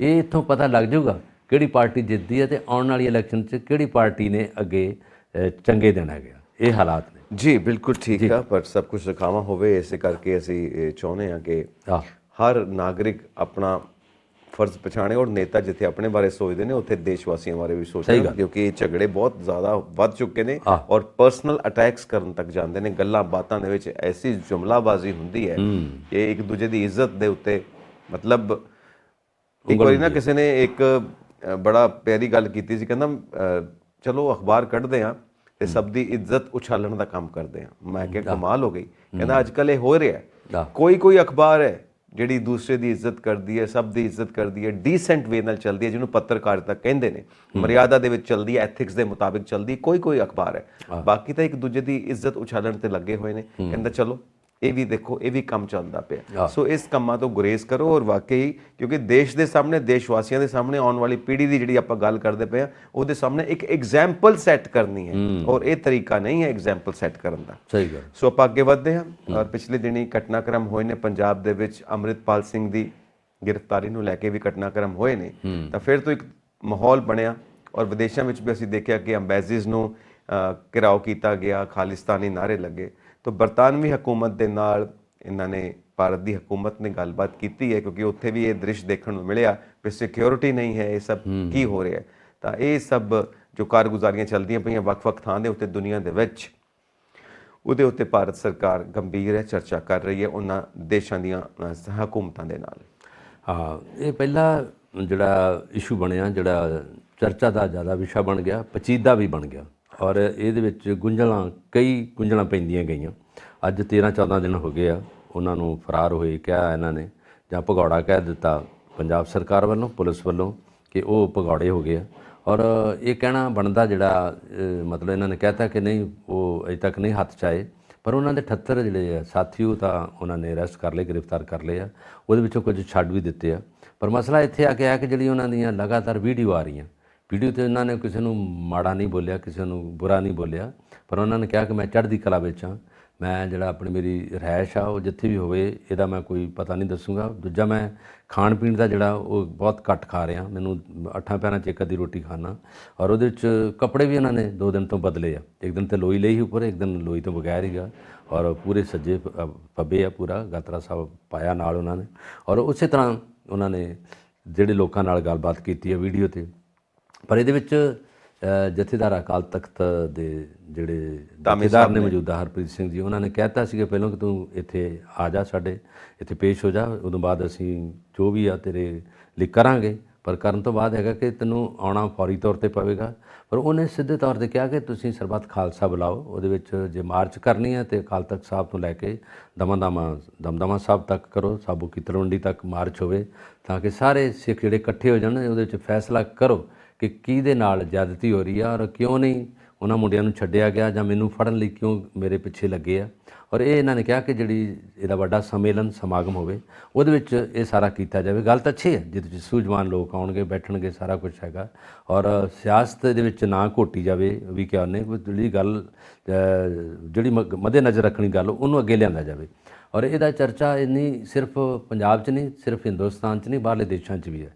ਆਸਟ੍ਰੇਲੀਆ 'ਚ ਵੀ ਪ੍ਰਦਰਸ਼ਨੀ ਹੋਈ ਹੈ, ਕੈਨੇਡਾ 'ਚ ਵੀ ਹੋਈ ਹੈ, ਔਰ ਅਮਰੀਕਾ 'ਚ ਵੀ, ਜਿੱਥੇ ਜਿੱਥੇ ਸਾਡੇ ਭਾਰਤੀ ਰਹਿ ਰਹੇ ਨੇ, ਜਿੱਥੇ ਜਿੱਥੇ ਪੰਜਾਬ ਦੇ ਲੋਕ ਬੈਠੇ ਨੇ, ਉਹਨਾਂ ਨੂੰ ਇਸ ਗੱਲ ਦੀ ਜ਼ਿਆਦਾ ਚਿੰਤਾ ਵੀ ਰਹੀ ਹੈ ਕਿ ਪੰਜਾਬ ਦੇ ਵਿੱਚ ਅੱਗੇ ਤਾਂ ਰੌਲਾ ਸੀਗਾ ਸਿੱਧੂ ਮੂਸੇਵਾਲੇ ਦੇ ਕਤਲकांड ਦਾ, ਉਹ ਅਜੇ ਕਿਤੇ ਸਿਰੇ ਨਹੀਂ ਲੱਗਿਆ, ਕਿਸੇ ਸਿੱਟੇ 'ਤੇ ਨਹੀਂ ਪੁੱਜਿਆ, ਤੇ ਦੂਜਾ ਮਸਲਾ ਦੂਜਾ ਆ ਗਿਆ, ਖੜਾ ਹੋ ਗਿਆ। ਕੱਲ੍ਹ ਹਾਂ, ਕਿ ਇਹਨੂੰ ਜੇ ਪ੍ਰਿਤਪਾਲ ਸਿੰਘ ਨੂੰ ਫੜਦੇ ਆ ਜਾਂ ਇਹਨੂੰ ਗ੍ਰਿਫਤਾਰ ਕਰਦੇ ਆ, ਤਾਂ ਉਹਦੇ ਵਿੱਚ ਕੀ ਪਤਾ ਕੀ ਇਹਦਾ ਹਾਲਾਤ ਹੁੰਦੇ ਆ। ਉਹਨਾਂ ਨੇ ਬਾਹਰਲੇ ਦੇਸ਼ਾਂ 'ਚ ਵੀ ਲੋਕ ਬੈਠੇ ਨੇ, ਕਿਉਂਕਿ ਉਹਨਾਂ ਦੇ ਪਰਿਵਾਰ ਬੈਠੇ ਇੱਥੇ, ਉਹਨਾਂ ਦੇ ਰਿਸ਼ਤੇਦਾਰ ਬੈਠੇ ਆ, ਸਾਰੇ ਭੈਣ ਭਰਾ ਬੈਠੇ। ਉਹਨਾਂ ਨੂੰ ਪਤਾ ਪੰਜਾਬ ਸੁੱਖ ਸਾਂਦ ਨਾ ਰਵੇ, ਪੰਜਾਬ 'ਚ ਸ਼ਾਂਤੀ ਬਹਾਲ ਰਵੇ। ਔਰ ਇਹਦੇ ਵਿੱਚ ਸਾਰੇ ਲੋਕਾਂ ਸੂਝਵਾਨਾਂ ਦੀ ਇਹੀ ਗੱਲ ਆ ਵੀ ਕਿਸੇ ਵੀ ਰੌਲੇ 'ਚੋਂ ਬਾਹਰ ਆਉਣਾ ਚਾਹੀਦਾ। ਇਹਨਾਂ ਨੂੰ ਛੋਟੇ ਮੋਟੇ ਜਿਹੜੇ ਇਸ਼ੂ ਨੇ ਜਾਂ ਜਿਹੜੇ ਚਰਚਾ ਦਾ ਵਿਸ਼ਾ ਬਣਾਏ ਆ, ਨਹੀਂ ਹੋਣੇ ਚਾਹੀਦੇ। ਬਹੁਤ ਲੋਕਾਂ ਦੀ ਇਹ ਵੀ ਗੱਲ ਕਿਹਾ ਕਿ ਜੇ ਉਹ ਗ੍ਰਿਫਤਾਰ ਕਰਨਾ ਚਾਹੁੰਦੇ, ਉਹਨਾਂ ਨੂੰ ਅਰੈਸਟ ਕਰਕੇ ਉੱਤੇ ਕੇਸ ਕਰ ਦੇਣ, ਜੋ ਕੁਛ ਹੈਗਾ, ਜੋ ਉਹਨੇ ਕੀਤਾ, ਜੋ ਉਹਨੇ ਉੱਤੇ ਦੋਸ਼ ਮੜਦੇ ਆ, ਜਿਹੜੀਆਂ ਧਾਰਾ ਲਾਉਣੀਆਂ ਕਰਨ। ਪਰ ਰੋਜ਼ ਦੇ ਡਰ ਧਮਕਾਉਣ ਨਾਲੋਂ, ਧਮਕੀਆਂ ਦੇਣ ਨਾਲੋਂ ਤਾਂ ਬਿਹਤਰ ਹੈਗਾ ਕਿ ਉਹਨਾਂ ਨੂੰ ਅਰੈਸਟ ਕੀਤਾ ਜਾਵੇ, ਜਾਂ ਉਹ ਸਰੈਂਡਰ ਕਰ ਜਾਣ ਤੇ ਆ ਕੇ ਬਹਿ ਜਾਣ ਇੱਥੇ। ਤਾਂ ਕੋਈ ਇੱਦਾਂ ਦੀ ਗੱਲ ਨਹੀਂ। ਜਿਹਦੇ 'ਚ ਜੇ ਆਪਾਂ ਗੱਲ ਕੀਤੀ ਹੈ ਕਿ ਜਦੋਂ ਸਿੱਧੂ ਮੂਸੇਵਾਲੇ ਦੇ ਰੌਲੇ ਦੇ ਵਿੱਚ ਜਦੋਂ ਕਤਲकांड ਹੋਇਆ ਤੇ ਗੋਲਡੀ ਬਰਾੜ ਦਾ ਨਾਂ ਲੱਗਦਾ ਸੀ, ਤੇ ਇੱਥੋਂ ਸਿੱਧਾ ਪੰਜਾਬ ਗੌਰਮੈਂਟ ਤੋਂ ਹੋ ਗਿਆ ਕਿ ਉਹਨੂੰ ਕੈਪਚਰ ਕਰ ਲਿਆ, ਗ੍ਰਿਫਤਾਰ ਹੋ ਗਿਆ ਉਹ ਕੈਨੇਡਾ ਤੋਂ, ਤਾਂ ਉਹਨੂੰ ਅਸੀਂ ਲਿਆ ਰਹੇ ਹਾਂ, ਤਾਂ ਅਜੇ ਤੱਕ ਨਹੀਂ ਫੜਿਆ ਗਿਆ। ਕਈ ਚੀਜ਼ਾਂ ਵੀਡੀਓ ਦੀਆਂ ਜਾਂ ਕਈ ਚੀਜ਼ਾਂ ਸਟੇਟਮੈਂਟ ਬਹੁਤ ਝੂਠੀਆਂ ਹੁੰਦੀਆਂ, ਜਿਨ੍ਹਾਂ ਦਾ ਕੋਈ ਬੇਸ ਨਹੀਂ ਹੁੰਦਾ, ਨਿਰਾਧਾਰਿਤ ਹੁੰਦੀਆਂ। ਔਰ ਇਹ ਸਾਡੇ ਨੌਜਵਾਨ ਜਿਹੜੇ ਸਾਥੀ ਨੇ ਪੰਜਾਬ ਦੇ ਜਾਂ ਬਾਹਰ ਬੈਠੇ ਨੇ, ਕਈ ਵਾਰੀ ਉਹਨਾਂ ਨੂੰ ਇਹ ਗਲਤ ਲੱਗਦਾ ਰੋਜ਼-ਰੋਜ਼, ਕਿਉਂਕਿ ਬੱਚੇ ਜਿਹੜੇ ਮੁੰਡੇ ਨੌਜਵਾਨ ਆ, ਉਹ ਮੀਡੀਆ ਨਾਲ ਜ਼ਿਆਦਾ, ਸੋਸ਼ਲ ਮੀਡੀਆ ਨਾਲ ਜ਼ਿਆਦਾ ਸੰਪਰਕ 'ਚ ਰਹਿੰਦੇ ਆ। ਜਿਹੜੇ ਬਜ਼ੁਰਗ ਆ ਉਹਨਾਂ ਨੂੰ ਤਾਂ ਬਹੁਤਿਆਂ ਨੂੰ ਆਉਂਦਾ ਨਹੀਂ, ਜੇ ਆਉਂਦਾ ਤਾਂ ਉਹ ਇੱਥੋਂ ਤੱਕ ਨਹੀਂ ਜਾਂਦੇ। ਜਿਹੜੇ ਪ੍ਰੋਵੋਕੇਸ਼ਨ ਕਰਨ ਵਾਲੇ ਹੁੰਦੀ ਆ, ਉਹ ਬੱਚੇ ਜਵਾਨਾਂ 'ਚ ਹੁੰਦੀ ਆ, ਨੌਜਵਾਨਾਂ 'ਚ ਹੁੰਦੀ ਆ। ਔਰ ਉਹ ਚਾਹੁੰਦੇ ਨੇ, ਲੋਕ ਸਿਆਸਤਦਾਨ ਚਾਹੁੰਦੇ ਨੇ ਜਾਂ ਪੁਰਾਣੇ ਲੋਕ ਚਾਹੁੰਦੇ ਨੇ, ਬੁੱਧੀਜੀਵੀ ਚਾਹੁੰਦੇ ਨੇ ਕਿ ਇਹਨੂੰ ਜ਼ਿਆਦਾ ਰਿੜਕਣਾ ਨਹੀਂ ਚਾਹੀਦਾ, ਲੰਬਾ ਨਹੀਂ ਕਰਨਾ ਚਾਹੀਦਾ, ਕਿਉਂਕਿ ਅੰਮ੍ਰਿਤਪਾਲ ਤਾਂ ਪੰਜਾਬ ਦਾ ਹੀ ਵਸਨੀਕ ਹੈ, ਪੰਜਾਬ ਦਾ ਮੁੰਡਾ ਹੈਗਾ। ਜੇ ਉਹਨੇ ਕੋਈ ਇੰਨਾ ਵੱਡਾ ਕੋਈ ਤਸ਼ੱਦਦ ਨਹੀਂ ਕੀਤਾ, ਕੋਈ ਬਲੱਡ ਛੱਡ ਨਹੀਂ ਕੀਤੀ, ਤਾਂ ਹੋਇਆ ਕੀ? ਜੇ ਬਾਹਰ ਚਲੇ ਗਿਆ ਤਾਂ ਉਹਨੂੰ ਫੜਨਾ ਵੀ ਹੈਗਾ, ਤਾਂ ਆਰਾਮ ਨਾਲ ਫੜ ਕੇ ਉਹਨੂੰ ਕਰਕੇ ਉਹਦੇ 'ਤੇ ਦੋਸ਼ ਮੜ ਦਿਓ ਜਿਹੜਾ ਵੀ ਹੈਗਾ। ਔਰ ਉਹਨੂੰ ਇੰਨਾ ਪੋਲੀਟੀਕਲ ਬਾਇਸ, ਉਹਨੂੰ ਇੰਨਾ ਧਾਰਮਿਕ ਅਕੀਦਾ, ਉਹਨੂੰ ਇੰਨਾ ਕੁਛ ਨਾ ਕਰੋ ਤਾਂ ਕਿ ਸ਼ਾਂਤੀ ਬਹਾਲ ਕਰੋ, ਪੰਜਾਬ ਨੂੰ ਸੁਰਖਰੂ ਟਾਈਮ ਤੇ ਲੈ ਕੇ ਆਓ। ਫਿਰ ਇਹਦੇ ਵਿੱਚ ਪੰਜਾਬ ਵਿੱਚ ਲੋਕ ਜਿਹੜੇ ਨੇ, ਬੀਬੀਆਂ ਬਾਹਰ ਨੇ, ਕੁੜੀਆਂ ਬਾਹਰ ਪੜ੍ਹਨ ਗਈਆਂ, ਮੁੰਡੇ ਬਾਹਰ ਗਏ ਨੇ, ਉਹਨਾਂ ਨੂੰ ਬਚਾਓ ਤੇ ਰੌਲਾ ਨਾ ਜ਼ਿਆਦਾ ਹੋਵੇ। ਪੰਜਾਬ ਦਾ ਜਿਹੜਾ ਪਹਿਲਾ ਨਾਮ ਆ ਉਸੇ ਤਰ੍ਹਾਂ ਬਰਕਰਾਰ ਰੱਖੋ। ਇਸ ਵਿਸ਼ੇ ਨੂੰ ਵੈਸੇ ਕਦੀ ਟੇਢਾ ਕਰ ਦਿੰਦੇ, ਕਦੀ ਸਿੱਧਾ ਕਰ ਦਿੰਦੇ, ਕਦੀ ਉਹਦੇ ਉਲਟ ਕਰ ਦਿੰਦੇ ਆ।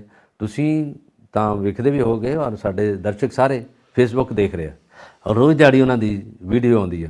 ਹੁਣ ਜੇ ਵੀਡੀਓ ਆਉਂਦੀ ਹੈ ਤਾਂ ਕਿੱਥੋਂ ਆਉਂਦੀ ਹੈ ਇਹ ਨਹੀਂ ਪਤਾ ਲੋਕਾਂ ਨੂੰ। ਔਰ ਜਿਹੜੀ ਲਾਰੈਂਸ ਬਿਸ਼ਨੋਈ ਦੀ 2 ਵਾਰੀ ਇੰਟਰਵਿਊ ਆ ਗਈ, ਕਿੱਥੋਂ ਆਉਂਦੀਆਂ, ਇਹਨੂੰ ਕੌਣ ਵੇਖ ਰਿਹਾ, ਕਿਹਦੇ ਅਕਾਊਂਟ ਤੇ ਚੱਲਦੀਆਂ ਹੈ ਨਾ, ਕਿਹੜੀਆਂ ਫੇਸਬੁੱਕ ਤੋਂ ਆ ਰਹੀਆਂ, ਉਹਦਾ ਕਿਸੇ ਨੂੰ ਅਜੇ ਤੱਕ ਨਹੀਂ ਪਤਾ ਲੱਗਾ। ਜਿਹੜੀ ਖੁਫੀਆ ਏਜੰਸੀਆਂ ਕੀ ਕਰ ਰਹੀਆਂ ਪੰਜਾਬ ਦੀਆਂ, ਜਿਹੜੀ ਸਾਡੀ CID ਹੈ ਕੀ ਕਰ ਰਹੀ ਹੈਗੀ, ਪੰਜਾਬ ਪੁਲਿਸ ਕੀ ਕਰ ਰਹੀ ਹੈ। ਹਾਂ ਜਿੱਥੋਂ ਵੀਡੀਓ ਰਿਲੀਜ਼ ਹੁੰਦੀ ਹੈ ਜਾਂ ਅਪਲੋਡ ਕੀਤੀ ਜਾਂਦੀ ਹੈ, ਉਹ ਲੋਕੇਸ਼ਨ ਟ੍ਰੇਸ ਕਿਉਂ ਨਹੀਂ ਹੁੰਦੀ? ਹੋਰ ਕੀ, ਕਿੱਥੋਂ ਅਪਲੋਡ ਹੁੰਦੀ ਹੈ, ਕਿਸ ਸੈਂਟਰ ਤੋਂ ਹੁੰਦੀ ਹੈ, ਕਿਤੋਂ ਤਾਂ ਹੁੰਦੀ ਹੈ ਨਾ, ਉਹ ਲੋਕੇਸ਼ਨ ਕਿਉਂ ਨਹੀਂ ਟ੍ਰੇਸ ਕੀਤੀ ਜਾਂਦੀ? ਇਹ ਸਾਰੇ ਇਹਨਾਂ ਨੇ ਭੂਲ ਭਲੀਆਂ ਬਣਾਉਂਦੀਆਂ, ਜਿਹਦੇ ਵਿੱਚ ਕੋਈ ਨਹੀਂ ਪਤਾ ਲੱਗ ਰਿਹਾ ਕੌਣ ਕੀ ਕਹਿ ਰਿਹਾ, ਕਿੱਥੇ ਆ ਰਹੀ ਹੈ। ਇੰਨੀ ਜ਼ਿਆਦਾ ਹੈ, ਔਰ ਹਰ ਥਾਂ ਦੇ ਉੱਤੇ ਕੰਪਿਊਟਰ IT ਸਪੈਸ਼ਲਿਸਟ ਬੈਠੇ ਹੋਏ ਨੇ, ਚੁਟਕੀਆਂ 'ਚ ਪਤਾ ਲਗਾ ਲੈਣਗੇ ਇਹ ਵੀਡੀਓ ਕਿਸੇ ਕੈਫੇ ਤੋਂ ਅਪਲੋਡ ਹੋਈ ਹੈ, ਕਿੱਥੋਂ ਅਪਲੋਡ ਹੋਈ ਹੈ, ਇਹਦਾ ਓਰੀਜਨ ਕਿੱਥੋਂ ਹੈ, ਸੈਂਟਰ ਕਿੱਥੇ ਹੈ, ਇਹ ਸਭ ਕੁਝ ਪਤਾ ਲੱਗ ਸਕਦਾ। ਪਰ ਇਹਨੂੰ ਡਿਲੇ ਕਰਨ 'ਚ ਤਾਂ ਕੋਈ, ਇਹਨਾਂ ਨੂੰ ਜਿੰਨਾ ਡਿਲੇ ਕਰਨਗੇ ਉਹਨਾਂ ਇਹਦਾ ਨਤੀਜਾ ਮਾੜਾ ਨਿਕਲੂਗਾ। ਜੇ ਕਰਨਾਗੇ ਤਾਂ ਉਹ ਵੀ ਸ਼ਾਂਤ ਹੈਗੇ ਆ, ਇਹ ਵੀ ਸ਼ਾਂਤ ਰਹਿਣਾ ਚਾਹੀਦਾ ਕਿ ਉਹਨਾਂ ਨੂੰ ਲੈ ਕੇ ਉੱਤੇ ਕੇਸ ਕਰ ਲੈਣ। ਕਿਉਂ ਨਹੀਂ, ਕੇਸ ਤਾਂ ਹੁੰਦਾ ਹੀ ਹੈ ਜੇ ਕਰਨਾ, ਜੇ ਉਹਦੇ ਤੇ ਹੈਗਾ ਨਹੀਂ ਹੈਗਾ ਤਾਂ ਉਹਨੂੰ ਬਰੀ ਕਰਕੇ ਉਹਨੂੰ ਭੇਜਣ, ਹੈਗਾ ਨਹੀਂ ਸਾਰਾ ਕੁਝ। ਇਹਨੂੰ ਕਰਨਾ ਚਾਹੀਦਾ ਕਿ ਜੋ ਕਾਨੂੰਨ ਕਹਿੰਦਾ, ਕਾਨੂੰਨ ਦੇ ਦਾਇਰੇ 'ਚ ਲਿਆ ਕੇ ਗੱਲਬਾਤ ਕਰਨੀ ਚਾਹੀਦੀ ਹੈ। ਜੁਡੀਸ਼ਰੀ ਕਦ ਲਈ ਹੈਗੀ ਹੈ, ਸਾਡੀਆਂ ਮਾਨਯੋਗ ਅਦਾਲਤਾਂ ਕਦ ਲਈ ਹੈਗੀਆਂ? ਪੁਲਿਸ ਨੇ ਤਾਂ ਫੜਨਾ ਹੀ ਹੁੰਦਾ, ਫੜਨ ਤੋਂ ਬਾਅਦ ਕੇਸ ਕਿੱਥੇ ਚੱਲਣਾ? ਅਦਾਲਤ 'ਚ। ਅਦਾਲਤ ਤੋਂ ਬਾਅਦ ਜਿੱਥੇ ਗਵਾਹ ਨੇ, ਸਾਰਾ ਕੁਝ ਹੈਗਾ, ਉਹ ਕੀ ਕਈ ਗੁਨਾਹ ਕਰਕੇ ਲੋਕ ਬਾਹਰ ਆ ਜਾਂਦੇ ਆ। ਇਸ ਮੁੰਡੇ ਨੇ, ਇਸ ਜਿਹੜੇ ਸਾਡੇ ਧਾਰਮਿਕ ਨੇਤਾ ਬਣੇ ਨੇ ਵਾਰਿਸ ਪੰਜਾਬ, ਉਹਨਾਂ ਨੂੰ ਕੋਈ ਏਡਾ ਵੱਡਾ ਤਾਂ ਉਹਨਾਂ ਨੇ ਕੋਈ ਅਵਗਣ ਨਹੀਂ ਕੀਤਾ, ਇੰਨਾ ਵੱਡਾ ਨੁਕਸਾਨ ਤਾਂ ਨਹੀਂ ਕੀਤਾ ਜਿਹਦੇ ਵਿੱਚ ਹੋਵੇ। ਜੋ ਕੁਛ ਵੀ ਉਹਨੂੰ ਫੜ ਕੇ ਤੇ ਉਹਦੇ ਬਾਰੇ ਗ੍ਰਿਫਤਾਰੀ ਦਾ ਐਲਾਨ ਕਰਕੇ ਉਹਨੂੰ ਉੱਤੇ ਕੇਸ ਪਾ ਦੇਣ, ਤੇ ਕੇਸ ਪਾ ਕੇ ਜੋ ਕਰਨਾ ਨਿਪਟਾਰਾ ਕਰਨ। ਔਰ ਜਿੰਨਾ ਲੰਬਾ ਕਰਨਗੇ ਬਾਹਰਲੇ ਦੇਸ਼ਾਂ 'ਚ ਵੀ ਇਹ ਬਣ ਗਿਆ। ਐਕਚੁਅਲੀ ਇਹ ਮੁੱਦਾ ਕਾਫੀ ਉਛਲੇਗਾ। ਔਰ ਦੂਜੀ ਗੱਲ ਆਪਾਂ ਨੂੰ ਇਹ ਵੀ ਦੇਖਣੀ ਚਾਹੀਦੀ ਹੈ ਕਿ ਜੋ ਧਾਮੀ ਸਾਹਿਬ ਨੇ ਕਿਹਾ ਹੈ, ਅਕਾਲ ਤਖਤ ਸਾਹਿਬ ਦੇ ਪ੍ਰਧਾਨ ਹੋਰਾਂ ਨੇ ਗੱਲ ਕੀਤੀ ਹੈ ਕਿ ਸਰੈਂਡਰ ਕਰੋ ਔਰ ਫਿਰ ਅਸੀਂ ਕਾਨੂੰਨੀ ਕਾਰਵਾਈ ਦੇ ਵਿੱਚ ਤੁਹਾਡਾ ਸਾਥ ਦੇਣਾ। ਇਹ ਉਹਨਾਂ ਨੇ ਗੱਲ ਕਹੀ ਹੈ। ਉਹ ਖੈਰ ਲੀਗਲ ਮਾਈਂਡ ਨੇ, ਉਹ ਆਪਣੇ ਤਰੀਕੇ ਨਾਲ ਗੱਲ ਕਰਦੇ ਨੇ। ਬਲਕਾਰ ਜੀ, ਆਪਾਂ ਇੱਕ ਦੂਜੀ ਗੱਲ ਦੇ ਉੱਤੇ ਵੀ ਧਿਆਨ ਦੇਣਾ ਹੈ ਕਿ ਜਿਸ ਤਰ੍ਹਾਂ ਧਾਮੀ ਸਾਹਿਬ ਨੇ ਕਿਹਾ ਹੈ ਅਕਾਲ ਤਖਤ ਸਾਹਿਬ ਤੋਂ ਕਿ ਉਹ ਸਰੈਂਡਰ ਕਰਨ ਤੇ ਅਸੀਂ ਕਾਨੂੰਨੀ ਕਾਰਵਾਈ ਦੇ ਵਿੱਚ ਉਹਨਾਂ ਦਾ ਸਾਥ ਦੇਵਾਂਗੇ, ਉਹ ਵੀ ਮੁੱਦਾ ਆਪਾਂ ਨੂੰ, ਉਹ ਵੀ ਇੱਕ ਐਂਗਲ ਆਪਾਂ ਨੂੰ ਜ਼ਰੂਰ ਧਿਆਨ 'ਚ ਰੱਖਣਾ ਚਾਹੀਦਾ ਹੈ, ਕਿਉਂਕਿ ਧਾਮੀ ਸਾਹਿਬ ਲੀਗਲ ਮਾਈਂਡ ਨੇ ਔਰ ਇਸ ਤਰ੍ਹਾਂ ਉਹ ਇੱਕ ਕਾਨੂੰਨੀ ਸਲਾਹ ਦੇਣਗੇ ਕਿ ਇਸ ਤਰ੍ਹਾਂ ਉਹ ਆਉਣ ਤੇ ਅਸੀਂ ਉਹਨਾਂ ਦੇ ਨਾਲ ਸਾਥ ਦੇਵਾਂਗੇ, ਉਹਨਾਂ ਦੇ ਨਾਲ ਖੜੇ ਹੋਵਾਂਗੇ। ਸੋ ਇਸ ਗੱਲ ਨੂੰ ਅੱਗੇ ਵਧਾਉਂਦੇ ਹਾਂ। ਭਗਵੰਤ ਮਾਨ ਸਾਹਿਬ CM ਪੰਜਾਬ ਨੇ ਗੱਲ ਕੀਤੀ ਹੈ ਕਿ ਜਦੋਂ ਗ੍ਰਿਫਤਾਰ ਵੀ ਕਰ ਲੈਂਦੇ ਹਾਂ ਅੰਮ੍ਰਿਤਪਾਲ ਜੀ ਨੂੰ, ਉਸ ਤੋਂ ਬਾਅਦ ਉਹਨਾਂ ਦੇ ਉੱਤੇ ਕੋਈ ਤਸ਼ੱਦਦ ਨਹੀਂ ਕੀਤਾ ਜਾਏਗਾ। ਹਾਂ, ਉਹਨਾਂ ਦਾ ਇਹ ਆਇਆ ਹੁਣੇ ਬਿਆਨ ਟਵਿੱਟਰ ਤੇ ਤੌਰ ਮੀਡੀਆ ਤੇ ਵੀ ਉਹਨਾਂ ਨੇ ਬੋਲਿਆ। ਉਹ ਇਹਨਾਂ ਨੇ ਕਿਹਾ ਕਿ ਜੇ ਅਸੀਂ ਉਹਨਾਂ ਨੂੰ ਅਰੈਸਟ ਕਰਦੇ ਹਾਂ ਜਦੋਂ ਆਉਂਦੇ ਆ ਤਾਂ ਉਹਨਾਂ 'ਤੇ ਕੋਈ ਇਸ ਤਰ੍ਹਾਂ ਦੀ ਨੁਕਸਾਨ ਨਹੀਂ ਹੋਏਗਾ, ਉਹਨਾਂ ਦਾ ਕੋਈ ਉਹਨਾਂ ਨੂੰ ਟੌਰਚਰ ਨਹੀਂ ਕੀਤਾ ਜਾਊਗਾ, ਮਾਨਸਿਕ ਤੌਰ 'ਤੇ ਉਹਨਾਂ ਨੂੰ ਕੋਈ ਇਸ ਤਰ੍ਹਾਂ ਦਾ ਨਹੀਂ ਵਿਗੜਾ ਪਾਇਆ ਜਾਊਗਾ। ਉਹਨਾਂ ਨੂੰ ਤਰੀਕੇ ਨਾਲ ਜੋ ਨਿਆਂ ਕਹਿੰਦਾ ਉਹਦੇ ਨਾਲ ਨਜਿੱਠਿਆ ਜਾਊਗਾ। ਔਰ ਇਹਦੇ ਵਿੱਚ ਜੇ ਉਹਨਾਂ ਨੇ ਕਿਹਾ ਵਾ ਤੇ ਇਸੇ ਤਰ੍ਹਾਂ ਜਿਹੜੀਆਂ ਧਾਰਮਿਕ ਏਜੰਸੀਆਂ, ਜਿਸ ਤਰ੍ਹਾਂ ਤੁਸੀਂ ਗੱਲ ਕੀਤੀ ਆ, ਧਾਰਮਿਕ ਸਥਾਨ ਤੋਂ ਅਕਾਲ ਤਖਤ ਸਾਹਿਬ ਤੋਂ ਹਰਪ੍ਰੀਤ ਜੀ ਜਿਹੜੇ ਜਥੇਦਾਰ ਨੇ ਅਕਾਲ ਤਖਤ ਦੇ, ਉਹਨਾਂ ਨੇ ਪਹਿਲਾਂ ਕਿਹਾ ਸੀਗਾ ਕਿ ਤੁਸੀਂ ਇੱਥੇ ਆ ਜਾਓ, ਇਹਦੇ 'ਚ ਕੋਈ ਅਸੀਂ ਇਸ ਤਰ੍ਹਾਂ ਦਾ ਬੁਰਾ ਨਹੀਂ ਸੋਚਾਂਗੇ, ਕੋਈ ਬੁਰਾ ਨਹੀਂ ਸੋਚੂਗਾ। ਅਕਾਲ ਤਖਤ ਸਾਹਿਬ ਇਸ ਤਰ੍ਹਾਂ ਦੀ ਸੰਸਥਾ ਸਿੱਖਾਂ ਦੀ ਜਿੱਥੇ ਸਾਰਿਆਂ ਦਾ ਭਲਾ ਹੁੰਦਾ, ਤੁਸੀਂ ਆਓ, ਅਸੀਂ ਇਹਨੂੰ ਪੂਰੀ ਤਰ੍ਹਾਂ ਤਰੀਕੇ ਨਾਲ ਨਜਿੱਠਾਂਗੇ ਔਰ ਅਸੀਂ ਤੁਹਾਡੇ ਨਾਲ ਹਾਂ। ਔਰ ਜਿਸ ਤਰ੍ਹਾਂ ਤੁਸੀਂ ਹਰਜਿੰਦਰ ਸਿੰਘ ਧਾਮੀ ਸ਼੍ਰੋਮਣੀ ਕਮੇਟੀ ਦੇ ਪ੍ਰਧਾਨ ਨੇ, ਉਹਨਾਂ ਨੇ ਵੀ ਇਹੀ ਗੱਲ ਕਹੀ ਹੈ ਕਿ ਅਸੀਂ ਪੂਰੇ ਤਰੀਕੇ ਨਾਲ ਤੁਹਾਡੇ ਨਾਲ ਆਵਾਂਗੇ। ਤੁਸੀਂ ਇਹ ਮਤ ਸੋਚੋ ਕਿ ਜੇ ਇੱਥੇ ਤੁਸੀਂ ਗ੍ਰਿਫਤਾਰੀ ਦਿੰਦੇ ਜੇ ਜਾਂ ਆ ਜਾਂਦੇ ਜਾਂ ਸਰੈਂਡਰ ਕਰਦੇ ਜੇ ਤਾਂ ਜੋ ਰੌਲਾ ਪੈ ਗਿਆ, ਜੋ ਕੁਛ ਹੋਇਆ, ਤਾਂ ਅਸੀਂ ਤੁਹਾਡਾ ਪਿੱਛੇ ਨਹੀਂ ਆਵਾਂਗੇ, ਅਸੀਂ ਪੂਰੀ ਤਰ੍ਹਾਂ ਤੁਹਾਡੇ ਨਾਲ ਇਹ ਇੱਕ ਨਾ ਇੱਕ ਜੋੜ ਕੇ ਆਵਾਂਗੇ। ਅਤੇ ਇਹਦੇ ਤੋਂ ਬਾਅਦ ਪੰਜਾਬ ਦੀ ਜਨਤਾ ਜਿਹੜੀ ਆ ਉਹ ਵੀ ਇਸ ਤਰੀਕੇ ਨਾਲ ਗਈ ਹੈ ਕਿ ਜੇ ਉਹਨਾਂ ਨੂੰ ਪੇਸ਼ ਹੀ ਕਰਨਾ ਤਾਂ ਪੇਸ਼ ਕਰੋ ਤੇ ਆ ਸਕਦੇ ਆ। ਆਉਣ ਤੋਂ ਬਾਅਦ ਇਹ ਹੈਗਾ ਕਿ ਜੋ ਇਹਨਾਂ ਦਾ ਗੱਲਬਾਤ ਉਹ ਅਸੀਂ ਮੀਡੀਆ 'ਤੇ ਵੀ ਸੁਣਾਂਗੇ, ਮੀਡੀਆ ਕੀ ਕਹਿੰਦਾ ਤਾਂ ਔਰ ਪੁਲਿਸ ਕੀ ਕਹਿੰਦੀ ਆ। ਇਹਨਾਂ ਦੀ ਵੀਡੀਓ ਤਾਂ ਜਾਂ ਗੱਲਬਾਤ ਕਨਵਰਸੇਸ਼ਨ ਤਾਂ 2 ਮਿੰਟ 'ਚ ਹੀ ਲੋਕਾਂ ਤੱਕ ਪਹੁੰਚ ਜਾਂਦੀ ਹੈ। ਔਰ ਰਹੀ ਪੰਜਾਬ ਸਰਕਾਰ ਦੀ ਗੱਲ, ਪੰਜਾਬ ਸਰਕਾਰ ਨੇ ਤਾਂ ਇਹੀ ਕਿਹਾ ਕਿ ਅਸੀਂ ਫੜਨਾ ਤਾਂ ਹੈ, ਉਹਨਾਂ ਨੂੰ ਫੜਾਂਗੇ ਜ਼ਰੂਰ, ਪਰ ਜੇ ਸਰੈਂਡਰ ਕਰ ਜਾਂਦੇ ਜਾਂ ਆਪ ਆ ਜਾਂਦੇ ਤਾਂ ਵਧੀਆ ਗੱਲ ਹੈਗੀ ਆ। ਪਰ ਮੁੱਖ ਮੰਤਰੀ ਪੰਜਾਬ ਦਾ ਇਹ ਕਹਿਣਾ ਅੱਛੀ ਗੱਲ ਆ, ਉਹਨਾਂ ਨੇ ਕਿਹਾ ਕੋਈ ਇਸ ਤਰ੍ਹਾਂ ਦਾ ਤੁਹਾਡੇ 'ਤੇ ਅਸੀਂ ਤਸ਼ੱਦਦ ਨਹੀਂ ਕਰਾਂਗੇ, ਮਾਰਕੁੱਟ ਨਹੀਂ ਕਰਾਂਗੇ। ਮਾਰਕੁੱਟ ਦਾ ਮਤਲਬ ਅਸੀਂ ਲਿਆ ਕੇ ਤੁਹਾਨੂੰ ਕੁਝ ਬਕਾਵਾਂਗੇ, ਕੁਝ ਕਵਾਂਗੇ, ਉਹ ਆਂਦੇ ਕੋਈ ਸਵਾਲ ਪੈਦਾ ਨਹੀਂ ਹੁੰਦਾ। ਕਿਉਂਕਿ ਇਹਦੇ ਵਿੱਚ ਉਹਨਾਂ ਨੇ ਜੇ ਉਹ ਵੀਡੀਓ ਭੇਜ ਰਿਹਾ ਅਮਰਤਪਾਲ, ਤੇ ਇਹਨਾਂ ਦੀ ਵੀਡੀਓ ਵੀ ਜਾ ਰਹੀਆਂ ਜਿਹਦੇ ਵਿੱਚ ਉਹਨਾਂ ਨੇ ਕਿਹਾ ਜੀ ਬੁਲਟ ਪ੍ਰੂਫ ਮਿਲ ਗਈਆਂ ਇੰਨੀਆਂ, ਇਹਦੇ ਵਿੱਚ ਇਹਨਾਂ ਦੇ ਅਕਾਊਂਟ ਮਿਲ ਗਿਆ, ਇਹਨਾਂ ਦਾ ਉੱਥੋਂ ਖਾਲਿਸਤਾਨ ਦਾ ਪੈਸਾ ਆ ਰਿਹਾ ਸੀ ਜੀ, ਇਹਨਾਂ ਦਾ ਮੈਪ ਆ, ਇਹਨਾਂ ਦਾ ਹਰਿਆਣਾ ਵੀ ਵਿੱਚ ਆ, ਹਿਮਾਚਲ ਵੀ ਵਿੱਚ ਆ, ਬੜਾ ਕੁਛ ਹੈਗਾ। ਇਹ ਕਈ ਚੀਜ਼ਾਂ ਜਿਹੜੀਆਂ ਕਈ ਲੋਕ ਆਪਣੇ ਆਪ ਹੀ ਬਣਾ ਦਿੰਦੇ ਆ, ਜਿਹੜੇ ਪਰਸਨਲ ਨਿੱਜੀ ਤੌਰ 'ਤੇ ਗੱਲਾਂ ਕਰਦੇ ਆ। ਔਰ ਉਹਦੇ ਵਿੱਚ ਇਹਨਾਂ ਨੇ ਕਿਹਾ ਜੀ ਅਫਗਾਨਿਸਤਾਨ ਤੱਕ ਦਾ ਜੀ ਕਈ ਗੱਲਾਂ, ਜਦੋਂ ਕੋਈ ਮੁਹਿੰਮ ਛਿੜਦੀ ਹੈ ਨਾ, ਜੋ ਗੱਲ ਹੁੰਦੀ ਤੇ ਕਈ ਉਹਦੇ ਨੂੰ ਕ੍ਰੀਏਟ ਕਰਨ ਲਈ ਨਾ ਕਈ ਤਰ੍ਹਾਂ ਦੀਆਂ ਕਹਾਣੀਆਂ ਬਣਾ ਦਿੰਦੇ ਆ, ਜਿਹੜੀਆਂ ਕਹਾਣੀਆਂ ਪ੍ਰੈਕਟੀਕਲ ਤੌਰ 'ਤੇ ਜਾਂ ਵਿਵਹਾਰਕ ਤੌਰ 'ਤੇ ਸੱਚੀਆਂ ਨਹੀਂ ਹੋ ਸਕਦੀਆਂ। ਜਿਹਦੇ ਵਿੱਚ ਪੰਜਾਬ ਗੌਰਮੈਂਟ ਜਿਹੜੀ ਹੈਗੀ ਆ, ਇਹਦੇ ਵਿੱਚ ਆਪ ਸਰਕਾਰ ਹੈਗੀ ਆ, ਇਹ ਕਿਸ ਤਰ੍ਹਾਂ ਇਹਨਾਂ ਦੀਆਂ ਗੱਲਾਂ ਦਾ ਅਲਾਓ ਕਰ ਦੇਣਗੇ? ਸੈਂਟਰ ਸਰਕਾਰ ਕਿਸ ਤਰ੍ਹਾਂ ਦੀ ਕਰ ਦੇਣਗੇ? ਰੌਲਾ ਹਰ ਸਟੇਟ 'ਚ ਹੁੰਦਾ, ਨਾ ਕੇਵਲ ਪੰਜਾਬ 'ਚ ਹੁੰਦਾ, ਪਰ ਪੰਜਾਬ ਦਾ ਮੁੱਦਾ ਕਈ ਵਾਰੀ ਨੈਸ਼ਨਲ ਨਹੀਂ ਇੰਟਰਨੈਸ਼ਨਲ ਬਣ ਜਾਂਦਾ। ਹੁਣ ਇਹ ਵੀ ਮੁੱਦਾ ਇਸ ਵੇਲੇ ਰਾਸ਼ਟਰੀ ਤੌਰ 'ਤੇ ਬਾਹਰਲੇ ਦੇਸ਼ਾਂ 'ਚ ਵੀ ਹੈ, ਹਰ ਦੇਸ਼ 'ਚ ਹੀ ਰੌਲਾ। ਔਰ ਇਹਦੇ ਨਾਲ ਉਹ ਬ੍ਰਿਟੇਨ ਦੇ ਵਿੱਚ ਵੀ ਰੌਲਾ ਪੈ ਗਿਆ ਕਿ ਉੱਥੇ ਖਾਲਿਸਤਾਨ ਦੇ ਨਾਅਰੇ ਲੱਗੇ, ਉੱਥੇ ਅੰਬੈਸੀ ਦੇ ਵਿੱਚ ਰੌਲਾ ਪਿਆ, ਪੋਸਟਰ ਲੱਗ ਗਿਆ, ਉਹ ਸਾਰਾ ਕੁਝ ਹੁੰਦਾ। ਕਈ ਲੋਕ ਹੈਂਡਫੁੱਲ ਪੀਪਲ ਜਿਹੜੇ ਹੁੰਦੇ ਆ ਇਹਨਾਂ ਵਿੱਚ ਇਨਵੋਲਵ ਹੁੰਦੇ ਆ, ਜਿਹੜੇ ਵਿਹਲੇ ਆ ਕਿ ਉਹ ਇਹਨਾਂ ਗੱਲਾਂ ਵੱਲ ਵੀ ਆ ਜਾਂਦੇ ਆ। ਜਿਹੜੇ ਸਿਆਣੇ ਲੋਕ ਆ, ਜਿਹੜੇ ਉੱਥੇ ਕੰਮ ਕਰਨਗੇ, ਕਮਾਈ ਕਰਨਗੇ, ਉਹ ਇਹਨਾਂ ਸਿਆਸਤ ਵਾਲੇ ਪਾਸੇ ਨਹੀਂ ਆਉਂਦੇ। ਉਹ ਆਂਦੇ ਇਸ ਗੱਲ ਨੂੰ ਦੂਰ ਰਹੋ, ਕਿਉਂਕਿ ਅੱਗੇ ਇਹਦਾ ਸਿੱਟਾ ਮਾੜਾ ਨਿਕਲਿਆ ਸੀ 84 ਦੇ ਦੰਗਿਆਂ 'ਚ। ਪੰਜਾਬ ਖੇਰੂ ਹੋ ਗਿਆ, ਪੰਜਾਬ ਦੀ ਜਵਾਨੀ ਇੱਥੋਂ ਖਤਮ ਹੋ ਗਈ, ਪੰਜਾਬ ਦੀ ਜਿਹੜੀ ਆਰਥਿਕ ਆ ਉਹ ਵੀ ਸਾਰਾ ਖਤਮ ਹੋ ਗਿਆ। ਔਰ ਉਦੋਂ ਇਹ ਕਹਿੰਦੇ ਸੀ ਕਿ ਵੀ ਇੰਨੇ ਮੁੰਡੇ ਮਾਰੇ ਗਏ, ਇੰਨਾ ਕੁਛ ਹੋ ਗਿਆ ਕਿ ਪੰਜਾਬ ਦੀ ਜਵਾਨੀ ਖਤਮ ਕਰ ਦਿੱਤੀ ਇਹਨਾਂ ਨੇ। ਉਹ ਤੋਂ ਬਾਅਦ ਬਹੁਤ ਮੁੰਡੇ ਬਾਹਰ ਚਲੇ ਗਏ, ਹੁਣ ਉਹ ਸਿਆਣੇ ਹੈਗੇ, ਨਤੀਜੇ ਮਾੜੇ ਨਿਕਲੇ। ਔਰ ਹੁਣ ਉਹ ਇਤਿਹਾਸ ਨਾ ਦੁਹਰਾਇਆ ਜਾਵੇ, ਸਭ ਕੁਝ ਸੁਖਾਵਾਂ ਰਵੇ। ਸਹੀ ਗੱਲ। ਤੇ ਸਾਰਾ ਕੁਝ ਗੱਲਬਾਤ ਨਾਲ ਨਜਿੱਠ ਲਿਆ ਜਾਵੇ ਤਾਂ ਬਹੁਤ ਸਿਆਣਪ ਹੋਏਗੀ। ਕਾਨੂੰਨੀ ਤੌਰ ਤੇ ਜਿਸ ਤਰ੍ਹਾਂ ਵੀ ਸਭ ਸਿਆਣੇ ਜੁੜ ਕੇ ਬਹਿਣ, ਇਸ ਮਸਲੇ ਦਾ ਹੱਲ ਲੱਭਣ, ਇਸ ਦਾ ਸਮਾਜਿਕ ਹੱਲ ਲੱਭਿਆ ਜਾਵੇ। ਪੋਲੀਟੀਕਲ ਹੱਲ ਤੇ ਕਿਸੇ ਗੱਲ ਦਾ ਹੁੰਦਾ ਨਹੀਂ, ਉਹਦੇ ਕਿਸੇ ਵੀ ਮੁੱਦੇ ਨੂੰ ਭੜਕਾਉਣਾ ਹੁੰਦਾ। ਸਹੀ ਗੱਲ।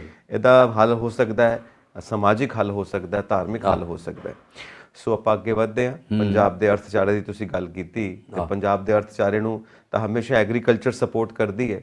ਜੇ ਖੇਤੀਬਾੜੀ ਮਜ਼ਬੂਤ ਹੋਏਗੀ ਤਾਂ ਖੇਤੀਬਾੜੀ ਦੇ ਆਧਾਰਿਤ ਧੰਦੇ, ਇੰਡਸਟਰੀ ਉਹ ਵੀ ਮਜ਼ਬੂਤ ਹੋਏਗੀ, ਤੇ ਬਾਕੀ ਇੰਡਸਟਰੀ ਦਾ ਕੱਚਾ ਮਾਲ ਵੀ ਖੇਤੀਬਾੜੀ ਤੋਂ ਜਾਂਦਾ ਹੈ, ਉਹ ਵੀ ਮਜ਼ਬੂਤ ਹੋਏਗੀ। ਤੇ ਖੇਤੀਬਾੜੀ ਮਜ਼ਬੂਤ ਹੋ ਜਾਂਦੀ ਹੈ, ਖੇਤੀਬਾੜੀ ਆਧਾਰਿਤ ਕੰਮ ਧੰਦੇ, ਇੰਡਸਟਰੀ ਮਜ਼ਬੂਤ ਹੋ ਜਾਂਦੀ ਹੈ, ਦੂਜੀ ਇੰਡਸਟਰੀ ਮਜ਼ਬੂਤ ਹੋ ਜਾਂਦੀ ਹੈ, ਤਾਂ ਸਰਵਿਸ ਸੈਕਟਰ ਆਪਣੇ ਆਪ ਮਜ਼ਬੂਤ ਹੋ ਜਾਂਦਾ। ਸਹੀ ਗੱਲ। ਸਾਰੀ ਅਰਥ ਵਿਵਸਥਾ ਮਜ਼ਬੂਤ ਹੋ ਜਾਂਦੀ ਹੈ। ਸੋ ਸਭ ਤੋਂ ਪਹਿਲਾਂ ਇਹਨਾਂ ਨੇ ਖੇਤੀਬਾੜੀ ਤੋਂ ਸ਼ੁਰੂ ਕੀਤਾ, ਕਿਉਂਕਿ ਕੋਈ ਐਗਰੀਕਲਚਰ ਪਾਲਿਸੀ ਨਹੀਂ ਹੈ ਔਰ ਉਹਨੂੰ ਹੋਰ ਸਟਰੋਂਗ ਬਣਾਉਣ ਦੀ, ਉਹਦੇ ਉੱਤੇ ਨਵੇਂ ਕੰਮ ਕਰਨ ਦੀ ਕੋਸ਼ਿਸ਼ ਕੀਤੀ ਜਾ ਰਹੀ ਹੈ। ਸੋ ਵਿਭਿੰਨਤਾ, ਫਸਲੀ ਚੱਕਰ, ਹਾਲਾਂਕਿ ਦੇਖੋ ਬਾਰਿਸ਼ ਕਰਕੇ ਜਿਹੜੀ ਕਣਕ ਦੀ ਕਟਾਈ ਹੈ ਉਹ ਵੀ 15 ਅਪ੍ਰੈਲ ਤੋਂ ਬਾਅਦ ਪਾ ਦਿੱਤੀ ਗਈ ਹੈ, ਕਿਉਂਕਿ ਸਾਰਾ ਮੌਸਮ ਖਰਾਬ ਹੈ। ਪਰ ਇਸ ਵਕਤ ਜੋ ਗੱਲ ਹੋ ਰਹੀ ਹੈ ਕਿ ਵਿਭਿੰਨਤਾ ਕਿੱਦਾਂ, ਡਾਈਵਰਸਿਟੀ ਕਿੱਦਾਂ ਪੈਦਾ ਕੀਤੀ ਜਾਵੇ, ਜੋ ਆਜ਼ਾਦੀ ਤੋਂ ਪਹਿਲਾਂ ਸੀ। ਅਸੀਂ ਹੁਣ ਇਸ ਵਕਤ ਕਣਕ ਤੇ ਝੋਨੇ ਦੇ ਉੱਤੇ ਹੀ ਹਾਂ ਹਰੀ ਕ੍ਰਾਂਤੀ ਤੋਂ ਬਾਅਦ, ਪਰ ਡਾਈਵਰਸਿਟੀ ਪੈਦਾ ਕੀਤੀ ਜਾਵੇ ਤਾਂ ਕਿ ਝੋਨੇ ਦਾ ਬਦਲ ਕੀ ਹੋ ਸਕਦਾ ਜਿੱਥੇ ਪਾਣੀ ਦੀ ਘੱਟ ਵਰਤੋਂ ਹੋਵੇ। ਇਹ ਤਮਾਮ ਗੱਲਾਂ ਹੋਈਆਂ ਨੇ। ਕਮੇਟੀ ਬਣਾ ਦਿੱਤੀ ਗਈ ਹੈ, ਹੁਣ ਇਹ ਕਮੇਟੀ ਨੇ ਰਿਪੋਰਟ ਦੇਣੀ ਹੈ ਸੀਐਮ ਮਾਨ ਨੂੰ। ਹਾਂ, ਇਹ ਪੰਜਾਬ ਸਰਕਾਰ ਵੱਲੋਂ ਹੁਣੇ ਇਹਨਾਂ ਨੇ ਇਹ ਇੱਕ ਬੋਰਡ ਬਣਾਇਆ, ਕਮੇਟੀ ਬਣਾ ਦਿੱਤੀ ਹੈ, ਜਿਹਦੇ ਵਿੱਚ ਇਹਨਾਂ ਨੇ ਕਿਹਾ ਕਿ ਜਿਹੜੀ ਖੇਤੀਬਾੜੀ ਦੀ ਨੀਤੀ ਹੈ, ਜਿਸ 'ਚ ਡਾਇਵਰਸਿਫਿਕੇਸ਼ਨ ਐਂਡ ਐਗਰੀਕਲਚਰ ਵਿੱਚ ਜਿਹੜੀ ਆ ਫਸਲੀ ਚੱਕਰ ਆ ਉਹਨੂੰ ਉਹ ਬਣਾ ਕੇ ਇੱਕ ਤਰੀਕੇ ਨਾਲ ਬਣਾ ਦੇਣਗੇ ਕਿ ਸਾਉਣੀ ਦੀਆਂ ਫਸਲਾਂ ਅਤੇ ਹਾੜੀ ਦੀਆਂ ਫਸਲਾਂ ਕਿਹੜੀਆਂ ਹੋਣੀਆਂ ਚਾਹੀਦੀਆਂ। ਔਰ ਇਹ ਫੌਰੀ ਤੌਰ 'ਤੇ ਕਰਕੇ ਕੀਤਾ, ਜਿਹਦੇ ਵਿੱਚ ਜਿਹੜੇ ਮੁੱਖ ਸਕੱਤਰ ਨੇ ਪੰਜਾਬ ਦੇ, ਉਹਦੇ ਹੈੱਡ ਹੋਣਗੇ ਪੰਜਾਬ ਦੇ ਇਸ ਕਮੇਟੀ ਦੇ। ਔਰ ਉਹਨਾਂ ਨੇ ਇਹ ਕਹਿਤਾ ਕਿ ਕਿਉਂਕਿ ਜੂਨ ਤੋਂ ਪਹਿਲਾਂ ਰਿਪੋਰਟ ਮੰਗ ਰਹੀ ਇਹਨਾਂ ਕੋਲ, ਔਰ ਇਹਨਾਂ ਨੇ ਕਿਹਾ ਕਿਸਾਨਾਂ ਨੂੰ ਮਿਲੋ ਜਾ ਕੇ, ਪਹਿਲਾਂ ਕਿਸਾਨਾਂ ਨੂੰ ਪਿੰਡੋਂ ਪਿੰਡ ਜਾ ਕੇ ਮਿਲਣਾ ਪਊਗਾ ਕਿ ਤੁਹਾਨੂੰ ਪਤਾ ਹੈਗਾ ਕਿ ਝੋਨੇ ਦਾ ਬਦਲ ਕੀ ਹੈਗਾ, ਝੋਨੇ ਤੋਂ ਬਾਅਦ ਕੀ ਬੀਜਣਾ ਚਾਹੀਦਾ, ਉਹਦੀ ਲਿਸਟ ਬਣੂਗੀ। ਔਰ ਬਾਕਾਇਦਾ ਤੌਰ 'ਤੇ ਪੁੱਛਿਆ ਜਾਊਗਾ ਕਿ ਅੱਗੇ ਝੋਨਾ ਜਿਹੜਾ ਅਸੀਂ ਲਾ ਕੇ ਪਾਣੀ ਖਤਮ ਕਰ ਲਿਆ ਹੈਗਾ, ਔਰ ਉਹਦੇ ਵਿੱਚ ਉਹਦੇ ਸਬਸਟੀਟਿਊਟ 'ਚ ਕਿਹੜੀ ਫਸਲ ਲੱਗਦੀ ਹੈ, ਕਿਉਂਕਿ ਝੋਨੇ ਦੀ ਫਸਲ ਸਾਉਣੀ ਦੀ ਫਸਲ ਆ, ਅਤੇ ਸਾਉਣੀ ਦੇ ਵਿੱਚ ਮੱਕੀਆਂ ਵੀ ਹੁੰਦੀਆਂ ਹੈ ਨਾ, ਉਹਦੇ ਵਿੱਚ ਦਾਲਾਂ ਵੀ ਹੁੰਦੀਆਂ, ਉਹਦੇ ਵਿੱਚ ਬਾਕੀ ਜਿਹੜੇ ਆ ਫਸਲਾਂ ਉਹਦੇ 'ਚ ਉਹ ਵੀ ਬੀਜੀਆਂ ਜਾਂਦੀਆਂ, ਸਬਜ਼ੀਆਂ ਬਹੁਤ ਹੁੰਦੀਆਂ। ਔਰ ਇਹਨਾਂ ਨੇ ਭਗਵੰਤ ਮਾਨ ਨੇ ਜਿਹੜੇ ਪੰਜਾਬ ਖੇਤੀਬਾੜੀ ਯੂਨੀਵਰਸਿਟੀ ਦੇ ਸਾਇੰਸਦਾਨ ਨੇ, ਸਾਇੰਟਿਸਟ ਨੇ, ਉਹਨਾਂ ਨਾਲ ਗੱਲ ਕੀਤੀ ਹੈ। ਔਰ ਉਹਨਾਂ ਵੱਲੋਂ ਇਹ ਆਇਆ ਸੀਗਾ ਕਿ ਅਜੇ ਸਲਾਹਕਾਰ ਬੋਰਡ ਬਣ ਗਿਆ ਹੈਗਾ, ਉਹਦੇ ਵਿੱਚ ਅਸੀਂ ਚਾਹੁੰਦੇ ਹਾਂ ਕਿ ਦਾਲਾਂ ਜਿਸ 'ਚ ਮੂੰਗੀ, ਮਸਰ, ਮਾਂਹ, ਮੋਠ ਅਤੇ ਛੋਲੇ ਇਹ ਬੀਜੇ ਜਾਣ, ਕਪਾਹ, ਨਰਮਾ, ਔਰ ਇਹਦੇ ਵਿੱਚ ਜਿਹੜੀਆਂ ਕਣਕ ਦੇ ਨਾਲ ਉਹ ਹੈਗੀਆਂ, ਅਤੇ ਸਾਉਣੀ ਦੀ ਫਸਲ 'ਚ ਬਾਸਮਤੀ ਉਹ ਬੀਜੀ ਜਾਣੀ ਚਾਹੀਦੀ ਹੈ। ਉਹ ਚੀਜ਼ਾਂ ਜਿਹੜੀਆਂ ਪਹਿਲੀਆਂ ਪੁਰਾਣੀਆਂ ਫਸਲਾਂ ਸੀ ਆਉਂਦੇ, ਉਹਨਾਂ ਨੂੰ ਫਿਰ ਦੁਬਾਰਾ ਤਰੀਕੇ ਨਾਲ ਬਣਾਓ, ਅਤੇ ਫਸਲਾਂ ਨੂੰ ਉਪਜਾਊ ਤਰੀਕੇ ਬਣਾਉਣ ਲਈ ਦੇਸੀ ਰੂੜੀ ਪਾਉਣੀ ਚਾਹੀਦੀ ਹੈ, ਜਿਹੜੀ ਪਿੰਡਾਂ 'ਚ ਆਮ ਮਿਲਦੀ ਹੈ। ਅਤੇ ਜਿਹੜੀਆਂ ਬਾਕੀ ਜਿਹੜੀਆਂ ਆ ਰਹੀਆਂ ਇਹਦੇ ਵਿੱਚ ਖਾਦਾਂ, ਪੋਟਾਸ਼ੀਅਮ ਹੈਗਾ, ਉਹਦੇ ਵਿੱਚ ਯੂਰੀਆ ਹੈਗਾ, ਉਹਦੇ ਵਿੱਚ ਫਾਸਫੋਰਸ ਹੈਗਾ, ਅਤੇ ਉਹਨਾਂ ਨੂੰ ਇਸ ਵੇਲੇ ਦੂਰ ਕਰ ਦਿਓ ਤਾਂ ਕਿ ਉਹਦੇ ਨਾਲ ਲੋਕ ਹੋ ਗਏ ਬਿਮਾਰ, ਕੈਂਸਰ ਬਹੁਤ ਵੱਧ ਗਿਆ, ਪਾਣੀ ਦਾ ਯੂਰੇਨੀਅਮ ਆ ਗਿਆ ਪਾਣੀ ਦੇ ਵਿੱਚ। ਔਰ ਇਹਨਾਂ ਸਾਰੀਆਂ ਚੀਜ਼ਾਂ ਦੀ ਜਿੰਨੇ ਵੀ ਸਾਇੰਸਦਾਨ ਨੇ ਉਹਨਾਂ ਨੇ ਕਿਹਾ ਕਿ ਤੁਸੀਂ ਕਿਸਾਨਾਂ ਨਾਲ ਗੱਲਬਾਤ ਕਰੋ ਔਰ ਮਿੱਟੀ ਦੀ ਪਰਖ ਜ਼ਰੂਰ ਹੋਣੀ ਚਾਹੀਦੀ ਹੈ, ਸੋਇਲ ਟੈਸਟਿੰਗ ਜ਼ਰੂਰੀ ਆ ਕਿ ਇਹ ਮਿੱਟੀ ਕਿਸ ਫਸਲ ਨੂੰ ਚਾਹੁੰਦੀ ਆ, ਕਿਹੜੀ ਫਸਲ ਇੱਥੇ ਬੀਜੀ ਜਾਣੀ ਚਾਹੀਦੀ ਹੈ।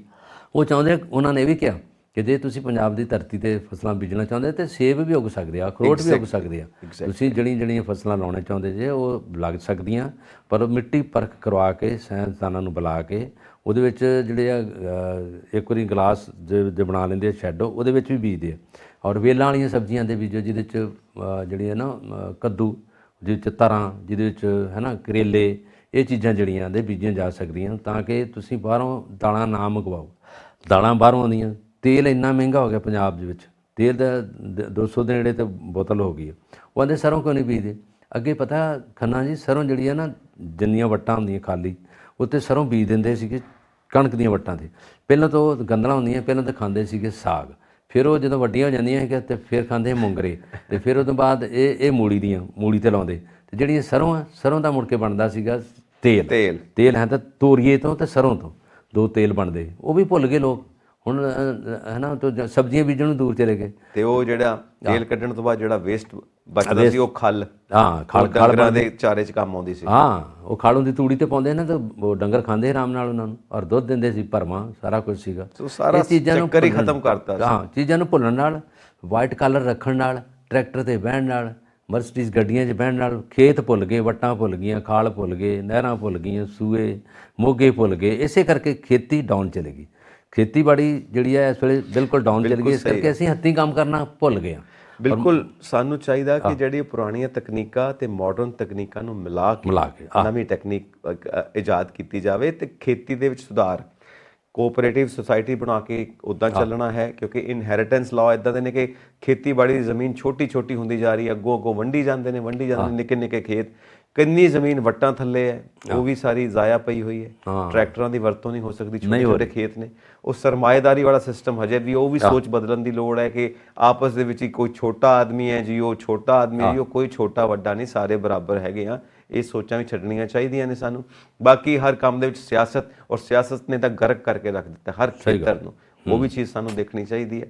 ਇਹ ਸਾਰੀਆਂ ਤਮਾਮ ਗੱਲਾਂ ਸਾਨੂੰ ਦੇਖ ਕੇ ਹੀ ਫੈਸਲੇ ਕਰਨੇ ਚਾਹੀਦੇ ਨੇ ਕਿ ਖੇਤੀਬਾੜੀ ਨੂੰ ਇੱਕ ਨਵਾਂ ਰੂਪ ਕਿਵੇਂ ਦੇਣਾ ਹੈ, ਕਿਉਂਕਿ ਪੰਜਾਬ ਨੂੰ ਇਸ ਵਕਤ ਜ਼ਰੂਰਤ ਹੈ। ਔਰ ਅੱਜ ਖੇਤੀ ਪ੍ਰਧਾਨ ਸੂਬਾ ਨਹੀਂ ਰਹਿ ਗਿਆ ਪੰਜਾਬ, ਬਹੁਤ ਸੂਬੇ ਅੱਗੇ ਆ ਚੁੱਕੇ ਨੇ, ਔਰ ਸਾਨੂੰ ਇੰਨੀ ਜ਼ਿਆਦਾ ਚੋਟ ਪਹੁੰਚੀ ਹੈ ਕਿ ਸਿਰਫ ਗੱਲਾਂ ਜੋਗੇ ਰਹਿ ਗਏ ਹਾਂ ਅਸੀਂ। ਔਰ ਸਾਡੇ ਮੁੰਡੇ ਬਾਹਰ ਜਾਈ ਜਾ ਰਹੇ ਨੇ, ਖੇਤੀਬਾੜੀ ਸੰਭਾਲਣ ਵਾਲਾ ਕੋਈ ਨਹੀਂ। ਇਸ ਕਰਕੇ ਪੜ੍ਹੇ ਲਿਖੇ ਜਿਹੜੇ ਖੇਤੀਬਾੜੀ ਯੂਨੀਵਰਸਿਟੀ ਤੋਂ ਆਉਂਦੇ ਨੇ ਮੁੰਡੇ ਪੜ੍ਹ ਕੇ, ਉਹਨਾਂ ਨੂੰ ਵੀ ਇਹ ਮੁਹਿੰਮ ਚਲਾਉਣੀ ਚਾਹੀਦੀ ਹੈ, ਖੇਤੀਬਾੜੀ ਨਾਲ ਕਿਵੇਂ ਜੋੜੋ ਔਰ ਖੇਤੀਬਾੜੀ ਨੂੰ ਇੰਡਸਟਰੀਲਾਈਜ਼ ਕਿਵੇਂ ਕਰੋ। ਇੱਕ ਅਸੀਂ ਹਮੇਸ਼ਾ ਗੱਲ ਕਰਦੇ ਹਾਂ ਆਰਗੈਨਿਕ ਖੇਤੀ ਤੇ ਨਾਲ ਗੱਲ ਕਰਦੇ ਹਾਂ ਕੈਮੀਕਲ ਬੇਸਡ ਖੇਤੀ। ਇਹ ਕੋਈ ਵਿਚਲਾ ਰਾਹ ਕੱਢਣਾ ਪਏਗਾ, ਕਿਉਂਕਿ ਆਰਗੈਨਿਕ ਖੇਤੀ ਦਾ ਜੋ ਹਾਲ ਸ਼੍ਰੀਲੰਕਾ 'ਚ ਹੋਇਆ ਅਸੀਂ ਦੇਖ ਚੁੱਕੇ ਹਾਂ। ਝਾੜ ਹੀ ਹੈ ਨਹੀਂ ਇਹਦਾ। ਇਹ ਤਾਂ ਆਰਗੈਨਿਕ ਖੇਤੀ ਹੋਣੀ ਚਾਹੀਦੀ। ਜੇ ਆਪਣੇ ਖਾਣ ਲਈ ਆਪਣਾ ਬੀਜਣ, ਜੇ ਬਾਹਰਲੀ ਮਾਰਕੀਟ 'ਚ ਜਾਣਾ, ਜੇ ਝਾੜ ਲੈਣਾ, ਪੈਦਾਵਾਰ ਜ਼ਿਆਦਾ ਲੈਣੀ ਆ, ਫਿਰ ਤਾਂ ਇਹਨਾਂ ਨੂੰ ਬਾਕੀ ਬੈਲੈਂਸ ਰੱਖਣਾ ਪਏਗਾ ਕਿ ਜ਼ਿਆਦਾ ਨਾ ਕੀਟਨਾਸ਼ਕ ਵਰਤੋ, ਜ਼ਿਆਦਾ ਨਾ ਫਰਟੀਲਾਈਜ਼ਰ ਵਰਤੋ ਕਿ ਜ਼ਾਰੀ ਜ਼ਹਿਰ ਹੀ ਬਣ ਜਾਏ। ਉਹ ਵੀ ਜ਼ਰੂਰੀ ਨਹੀਂ, ਕੈਂਸਰ ਹੋ ਜਾਵੇ ਲੋਕਾਂ ਨੂੰ। ਲੋਕੀ ਖਾਣ ਤੋਂ ਬਾਅਦ ਥੱਕੇ ਮਹਿਸੂਸ ਕਰਦੇ ਨੇ, ਤਾਕਤ ਹੀ ਮਹਿਸੂਸ ਨਹੀਂ ਕਰਦੇ, ਕਿਉਂਕਿ ਕੈਮੀਕਲ ਗਿਆ ਅੰਦਰ, ਤਾਕਤ ਕਿੱਥੋਂ ਮਹਿਸੂਸ ਕਰਨੀ। ਉਹਨਾਂ ਕੈਮੀਕਲ ਜਿੰਨਾ ਜ਼ਰੂਰੀ ਹੈ, ਬਾਕੀ ਜਿਹੜੀਆਂ ਰਿਵਾਇਤੀ ਖਾਦਾਂ ਨੇ ਉਹ ਇਸਤੇਮਾਲ ਕਰੋ, ਮਿਕਸ ਕਰੋ। ਟ੍ਰੈਡੀਸ਼ਨਲ ਖੇਤੀ ਜੋ ਬਜ਼ੁਰਗਾਂ ਦੀ ਹੈ ਤੇ ਮਾਡਰਨ ਖੇਤੀ ਜੋ ਵਿਗਿਆਨਿਕਾਂ ਦੀ ਹੈ, ਉਹਨਾਂ ਨੂੰ ਮਿਲਾ ਕੇ ਤਾਂ ਇੱਕ ਨਵਾਂ ਰਸਤਾ ਕੱਢ ਸਕਦੇ ਹਾਂ ਅਸੀਂ। ਸੋ ਅਗਲੀ ਗੱਲ ਖੇਤੀ ਦੇ ਨਾਲ ਜੁੜੀ ਹੋਈ ਬਿਜਲੀ ਦੀ ਗੱਲ ਕਰਦੇ ਹਾਂ। ਉਹ ਜਿਵੇਂ ਕਹਿੰਦੇ ਹੁੰਦੇ ਨੇ ਨਾ, ਹੋਰ ਦਿਓ ਮੁਫਤ, ਹੁਣ ਆ ਗਿਆ ਸਵਾਦ। ਹੁਣ ਦੇਖੋ ਕੀ ਹਾਲ ਹੋ ਗਿਆ, ਮਹਿੰਗੀ ਕਰੀ ਜਾਂਦੇ ਹੋ। ਹਜੇ ਤਾਂ ਮਈ ਜੂਨ ਆਉਣਾ ਹੈ, ਹਜੇ ਦੇਖੋ ਕੀ ਹਾਲ ਬਣਦਾ। ਆਹ ਗੱਲ ਹੁੰਦੀ ਪਈ ਹੈ। ਹੁਣ ਬਿਜਲੀ ਦੀਆਂ ਦਰਾਂ ਵੱਧਦੀਆਂ ਪਈਆਂ ਨੇ ਪ੍ਰਤੀ ਯੂਨਿਟ, ਤੇ ਬਿਜਲੀ ਦੀ ਕਮੀ ਵੀ ਹੈ, ਤੇ ਖੇਤੀਬਾੜੀ ਦੇ ਵਿੱਚ ਵੀ ਬਿਜਲੀ ਚਾਹੀਦੀ ਹੈ, ਤੇ ਇੰਡਸਟਰੀ ਵਿੱਚ ਵੀ ਬਿਜਲੀ ਚਾਹੀਦੀ ਹੈ, ਤੇ ਆਮ ਲੋਕਾਂ ਨੂੰ ਵੀ ਬਿਜਲੀ ਚਾਹੀਦੀ ਹੈ। ਹੁਣ ਦੱਸੋ ਕਰੀਏ ਤੇ ਕੀ ਕਰੀਏ? ਇਹ ਜਿਹੜਾ ਇਹਨਾਂ ਦਾ ਇਸ ਵੇਲੇ ਡਿਸੀਜਨ ਹੋਇਆ ਪੰਜਾਬ ਗੌਰਮੈਂਟ ਦਾ, ਜਿਹਦੇ ਵਿੱਚ ਇਹਨਾਂ ਦਾ ਬਿਜਲੀ ਬੋਰਡ ਆ, ਉਹਨਾਂ ਨੇ ਕਹਿ ਦਿੱਤਾ ਕਿ ਅਸੀਂ ਜਿਹੜੀ ਆਉਣ ਵਾਲਾ ਸਮਾਂ ਹੈਗਾ ਉਹਦੇ ਵਿੱਚ ਸਨਅਤ ਨੂੰ, ਜਿਹੜਾ ਕਾਰਖਾਨੇਦਾਰ ਨੇ ਜਿਹੜਾ ਉਹ ਚੀਜ਼ਾਂ ਬਣਾ ਰਹੇ ਨੇ, ਉਹਨਾਂ ਨੂੰ ਬਿਜਲੀ ਅਸੀਂ ਦੇਵਾਂਗੇ ਪਹਿਲੋਂ ਨਾਲੋਂ 50 ਪੈਸੇ ਹੋਰ ਮਹਿੰਗੀ। ਪਹਿਲਾਂ 5 ਰੁਪਏ ਯੂਨਿਟ ਸੀਗਾ, ਹੁਣ 5.5 ਰੁਪਏ। ਇਹ ਕੱਲ੍ਹ ਅਨਾਊਂਸ ਹੋ ਗਿਆ, ਅਤੇ ਵਿੱਤੀ ਵਰ੍ਹਾ ਜਿਹੜਾ ਹੈ 31 ਤੱਕ ਸੀਗਾ ਕੱਲ੍ਹ, ਅਤੇ ਉਹ ਤਰੀਕ ਜਿਹੜੀ ਹੈਗੀ ਹੈ 1 ਤਾਰੀਖ ਅਪ੍ਰੈਲ ਦੀ, ਉਦੋਂ ਤੋਂ ਲਾਗੂ ਹੋ ਗਿਆ। ਲਾਗੂ ਹੋਣ ਨਾਲ ਇਹਦੇ 'ਤੇ ਇਹ ਬੜੇ ਗੁੱਸੇ 'ਚ ਆ ਗਏ ਸਾਰੇ ਸਨਅਤਕਾਰ। ਉਹਨਾਂ ਨੇ ਕਿਹਾ ਕਿ ਜਦੋਂ ਕਿ ਇੱਕ ਪਾਸੇ ਤੁਸੀਂ ਫ੍ਰੀ ਬਿਜਲੀ ਦੇ ਰਹੇ ਜੇ ਬਾਕੀ ਪਿੰਡਾਂ 'ਚ, ਘਰਾਂ 'ਚ, ਸ਼ਹਿਰਾਂ 'ਚ, ਤੇ ਜਿਹੜੇ ਲੋਕ ਬਾਹਰ ਖੇਤਾਂ 'ਚ ਬੈਠੇ ਉਹਨਾਂ ਨੂੰ ਫ੍ਰੀ ਬਿਜਲੀ ਜਾ ਰਹੀ ਹੈ 600 ਯੂਨਿਟ, ਤੇ ਤੁਸੀਂ ਸਾਡੇ 50 ਪੈਸੇ ਵਧਾ ਦਿੱਤੇ ਹੈ, ਗਲਤ ਡਿਸੀਜਨ ਹੋ ਗਿਆ। ਤਾਂ ਅਸੀਂ ਤਾਂ ਇਹਨਾਂ ਦੇ ਰਹੇ ਹਾਂ, ਅੱਗੇ 5 ਰੁਪਏ ਦੇ ਰਹੇ ਹਾਂ। ਕਮਰਸ਼ੀਅਲ ਜਿਹੜੀ ਕੰਜ਼ੰਪਸ਼ਨ ਆ ਉਹ ਵੈਸੇ ਇਹਨਾਂ ਨੇ ਨਹੀਂ ਘਟਾਈ ਕਿਸੇ ਪਾਸੇ। ਜਿਹੜੇ ਦੁਕਾਨਦਾਰ ਨੇ ਉਹਨਾਂ ਨੂੰ ਪੂਰਾ ਬਿੱਲ ਦੇਣਾ ਪੈਂਦਾ, ਕਿਉਂਕਿ ਉੱਥੇ ਏਸੀ ਵੀ ਚੱਲਦੇ ਆ, ਉੱਥੇ ਮਸ਼ੀਨਾਂ ਵੀ ਚੱਲਦੀਆਂ, ਸਾਰਾ ਕੁਝ ਚੱਲਦਾ। ਪ੍ਰੋਬਲਮ ਇਹ ਹੈਗੀ ਆ ਕਿ ਜਿਹੜਾ ਘਰ ਦੇ ਬਲਬ ਚੱਲਦੇ ਆ, ਜੋ ਉਹਨਾਂ ਨੂੰ ਕੰਜ਼ੰਪਸ਼ਨ ਹੈਗੀ ਉਹ ਘੱਟ ਹੁੰਦੀ ਆ, ਔਰ ਉਹਦੇ ਵਿੱਚ 600 ਯੂਨਿਟ ਤੱਕ ਤਾਂ ਜਾਂਦੇ ਹੀ ਨਹੀਂਗੇ। ਏਸੀ ਚੱਲਦੇ ਜਿੱਥੇ ਜ਼ਿਆਦਾ ਕੰਜ਼ੰਪਸ਼ਨ ਜ਼ਿਆਦਾ ਹੁੰਦਾ ਕੰਮ, ਉੱਥੇ ਤਾਂ ਯੂਨਿਟ ਜ਼ਿਆਦਾ ਹੋਣਗੇ। ਔਰ ਇਹ ਜਿਹੜਾ ਕਾਰਖਾਨੇ ਤੇ ਮਸ਼ੀਨਾਂ ਚੱਲਣੀਆਂ, ਮਸ਼ੀਨਾਂ ਚੱਲ ਕੇ ਉੱਥੇ ਲੋਹਾ ਵੀ ਕੁੱਟਣਾ, ਉੱਥੇ ਗਰਮ ਵੀ ਕਰਨਾ ਉਹਨੂੰ, ਹੈ ਨਾ, ਉਹਦੇ 'ਚ ਉਹਨਾਂ ਨੂੰ ਪ੍ਰੋਡਕਟ ਨੂੰ ਬਣਾਉਣਾ ਵੀ ਹੈ, ਸ਼ੇਪ ਵੀ ਦੇਣੀ ਹੈ, ਔਰ ਉੱਥੇ ਤਾਂ ਬਹੁਤ ਜ਼ਿਆਦਾ ਬਿਜਲੀ ਕੰਜ਼ੰਪਸ਼ਨ ਹੁੰਦੀ ਆ। ਔਰ ਇਸ ਖਪਤ ਨੂੰ ਉਹਨਾਂ ਨੇ ਕਿਹਾ ਵੀ ਪੂਰਾ ਅਸੀਂ ਕਰਾਂਗੇ, ਇਸ ਕਰਕੇ ਕਿ ਪਰ ਯੂਨਿਟ ਜਿਹੜਾ ਹੈਗਾ ਅਸੀਂ ਇਹਦਾ ਰੇਟ ਵਧਾਵਾਂਗੇ, ਪੰਜਾਬ ਗੌਰਮੈਂਟ ਦੇ ਇਸ ਅਦਾਰੇ ਨੇ ਕਿਹਾ। ਔਰ ਉਹਨਾਂ ਨੇ ਕਹਿਤਾ ਕਿ ਇਹਦੇ 'ਤੇ 2000 ਕਰੋੜ ਦਾ ਜਿਹੜਾ ਬਰਡਨ ਹੋਊਗਾ ਕਿ ਇਹਨਾਂ 'ਤੇ ਸਨਅਤਕਾਰਾਂ 'ਤੇ 2000 ਕਰੋੜ ਦਾ ਇੰਡਸਟਰੀ ਟੋਟਲ ਦਾ ਇਹਨਾਂ ਨੇ ਲਾ ਲਿਆ ਸਾਰਾ ਹੀ ਅੰਦਾਜ਼ਾ। ਤਾਂ ਉਹਨਾਂ ਨੇ ਕਿਹਾ ਕਿ ਅਸੀਂ ਤਾਂ ਇਸ ਕਰਜ਼ੇ ਦੀ ਪੰਡ ਥੱਲੇ ਆ ਜਾਣਾ, ਤੁਸੀਂ ਸਾਡੇ ਨਾਲ ਮਾੜਾ ਕੀਤਾ। ਅਸੀਂ ਤਾਂ ਸੋਚਿਆ ਸੀਗਾ ਕਿ ਆਪ ਸਰਕਾਰ ਜਿਹੜੀ ਹੈ ਸਾਡੇ ਲਈ ਇਹ ਸਹੂਲਤਾਂ ਲੈ ਕੇ ਆਊਗੀ, ਤੁਸੀਂ ਸਾਡੀਆਂ ਪਿਛਲੀਆਂ ਸਹੂਲਤਾਂ 'ਤੇ ਵੀ ਜਿਹੜਾ ਕਾਂਟਾ ਲਾਤਾ। ਤਾਂ ਉਹ ਇਸ ਕਰਕੇ ਇਹਨਾਂ ਨੇ ਕਹਿਤਾ ਵੀ ਜੇ ਨਾ ਇਹਨਾਂ ਨੂੰ ਰੋਕਿਆ ਇਸ ਕੰਮ ਨੂੰ ਤਾਂ ਅਸੀਂ ਇਹਦੇ 'ਤੇ ਪ੍ਰਦਰਸ਼ਨ ਕਰਾਂਗੇ, ਧਰਨੇ ਦੇਵਾਂਗੇ, ਸਾਰਾ ਕੁਝ ਹੈਗਾ।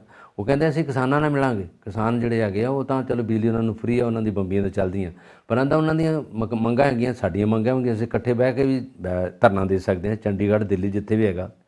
ਪਰ ਆਉਣ ਵਾਲਾ ਸਮਾਂ ਜਿਹੜਾ ਹੈਗਾ ਇਹਨਾਂ ਦੋਵਾਂ, ਜਿਹੜੇ ਕਾਸ਼ਤਕਾਰ ਨੇ ਤੇ ਜਿਹੜੇ ਸਨਅਤਕਾਰ ਨੇ, ਇਹਨਾਂ ਲਈ ਦੋਵਾਂ ਲਈ ਮਾੜਾ ਹੋ ਰਿਹਾ। ਇਸ ਕਰਕੇ ਕਿ ਜੋ ਮੰਗਦੇ ਆ ਉਹ ਨਹੀਂ ਮਿਲ ਰਿਹਾ। ਉਹ ਦਿੱਲੀ ਜਾ ਕੇ ਧਰਨੇ ਦਿੰਦੇ ਆ ਜਾਂ ਚੰਡੀਗੜ੍ਹ ਜਾਂ ਮੋਹਾਲੀ ਆ ਕੇ ਬਹਿ ਜਾਂਦੇ ਆ।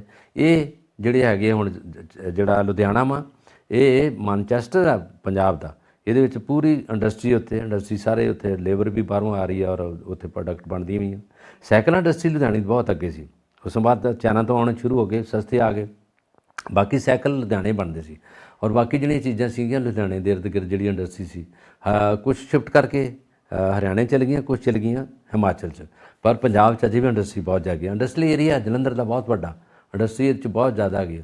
ਪਰ ਹੁਣ ਆਹ ਜਿਹੜੀ ਇਸ ਵੇਲੇ ਇਹਨਾਂ ਨੇ ਲਾਤਾ ਵਾ ਯੂਨਿਟ ਪਰ ਯੂਨਿਟ, ਕਹਿਣ ਨੂੰ ਤਾਂ ਆਂਦਾ 5 ਤੋਂ 5.5 ਰੁਪਏ ਕਰ ਦਿੱਤਾ, ਪਰ ਇਹਦੇ 'ਤੇ ਲਾਰਜ ਸਕੇਲ 'ਤੇ ਇਹਨਾਂ ਦੇ ਜਿਹੜੇ ਯੂਨਿਟ ਬਹੁਤ ਬਲਦੇ ਆ, ਬੜੀ ਦੂਰ ਤੱਕ ਜਾਂਦਾ ਕੰਮ। ਔਰ ਉਹਨਾਂ ਨੇ ਇਹ ਵੀ ਕਿਹਾ, ਕਹਿੰਦੇ ਜਿੱਥੇ ਪੰਜਾਬ ਗੌਰਮੈਂਟ ਦੇ ਬਾਕੀ ਅਦਾਰੇ ਨੇ, ਜਿੱਥੇ ਇਹਨਾਂ ਦੇ ਸਰਕਾਰੀ ਉਹਨਾਂ ਦਾ ਤਾਂ ਜੇ ਪੈਂਡਿੰਗ ਬਿੱਲ ਪਏ ਉਹ ਕਿਉਂ ਨਹੀਂ ਲਏ, ਅਤੇ ਸਾਡੇ 'ਤੇ ਆਂਦੇ ਹੋਰ ਯੂਨਿਟ ਵਧਾਤੇ ਆ। ਕਹਿਣਗੇ ਅਗਲੇ, ਉਹ ਕਹਿਣਗੇ ਜਿੱਥੇ ਤੁਹਾਡੇ ਆਪਣੇ ਅਦਾਰੇ ਚੱਲ ਰਹੇ ਆ, ਜਿੱਥੇ ਤੁਹਾਡੀਆਂ ਸੰਸਥਾ ਹੈਗੀਆਂ, ਤੁਹਾਡੀਆਂ ਏਜੰਸੀਆਂ ਉਹ ਮੁਫਤ 'ਚ ਖਾ ਰਹੀਆਂ, ਅਤੇ ਸਾਡੇ ਤੋਂ ਤੁਸੀਂ ਅਸੀਂ ਨਹੀਂ ਵਸਨੀਕ ਪੰਜਾਬ ਦੇ, ਅਸੀਂ ਨਹੀਂ ਵੋਟਾਂ ਪਾਈਆਂ ਤੁਹਾਨੂੰ। ਇਸ ਕਰਕੇ ਉਹ ਇਸ ਵੇਲੇ ਗਰਮ ਨੇ। ਔਰ ਇਹ ਤੋਂ ਬਾਅਦ ਮੈਨੂੰ ਲੱਗਦਾ ਕਿ ਇਹਦਾ ਹਾਲਾਤ ਜਿਹੜੇ ਆ, ਜੇ ਉਹਨਾਂ 1-2 ਪ੍ਰਦਰਸ਼ਨੀ ਕੀਤੀ ਸ਼ਾਇਦ ਇਹ ਵਾਪਸ ਲੈ ਲੈਣ। ਜੇ ਵਾਪਸ ਨਹੀਂ ਲੈਣਗੇ ਤਾਂ ਉਹਨਾਂ ਦਾ ਕੰਮ ਰੁਕ ਜੂਗਾ। ਕੰਮ ਰੁਕਣ ਨਾਲ ਉਹਨਾਂ ਨੂੰ 2000 ਕਰੋੜ ਦਾ ਘਾਟਾ ਤਾਂ ਹੈ ਹੀ ਵਿਚਾਰਿਆਂ ਨੂੰ, ਕਿੱਥੋਂ ਪੂਰਾ ਹੋਣਾ। ਸੋ ਇਹ ਫੈਸਲੇ, ਇਹ ਫ੍ਰੀ ਬੀਜ਼ ਪੋਲਿਟਿਕਸ ਕਿੱਥੇ ਸਿਆਸਤ ਹਰ ਥਾਂ ਦੇ ਉੱਤੇ, ਮਤਲਬ ਫੈਸਲੇ ਪਤਾ ਨਹੀਂ ਕਿੱਦਾਂ ਦੇ ਫੈਸਲੇ ਲੈ ਲੈਂਦੇ ਨੇ ਸਿਰਫ ਵੋਟਾਂ ਖਿੱਚਣ ਵਾਸਤੇ, ਔਰ ਬਾਅਦ ਜਦੋਂ ਅਸਲੀਅਤ ਸਾਹਮਣੇ ਆਉਂਦੀ ਹੈ ਤਾਂ ਉਹਦਾ ਸਾਹਮਣਾ ਕਰਨਾ ਮੁਸ਼ਕਿਲ ਹੋ ਜਾਂਦਾ ਹੈ। ਜੀ ਸਮਾਂ ਵੀ ਹੋ ਰਿਹਾ ਹੈ ਨਾ, ਸਮਾਂ ਹੋ ਰਿਹਾ ਹੈ ਜੀ, ਔਰ ਅਸਲੀਅਤ ਇਹੀ ਕਹਿੰਦੀ ਸਮਾਂ ਹੋ ਰਿਹਾ, ਤਾਂ ਚੱਲਣਾ ਚਾਹੀਦਾ ਹੈ। ਤੁਸੀਂ ਜੀ ਸਾਡਾ ਚੈਨਲ ਪੰਜਾਬ ਮੇਲ USA TV ਸਬਸਕ੍ਰਾਈਬ ਕਰੋ, ਆਪਣੇ ਵਿਚਾਰ ਸਾਨੂੰ ਇਨਬਾਕਸ ਕਰੋ। ਤੇ ਬਲਕਾਰ ਜੀ ਚਲੀਏ ਜੀ, ਬਿਲਕੁਲ ਜ਼ਰੂਰ। ਸਤਿ ਸ਼੍ਰੀ ਅਕਾਲ ਜੀ।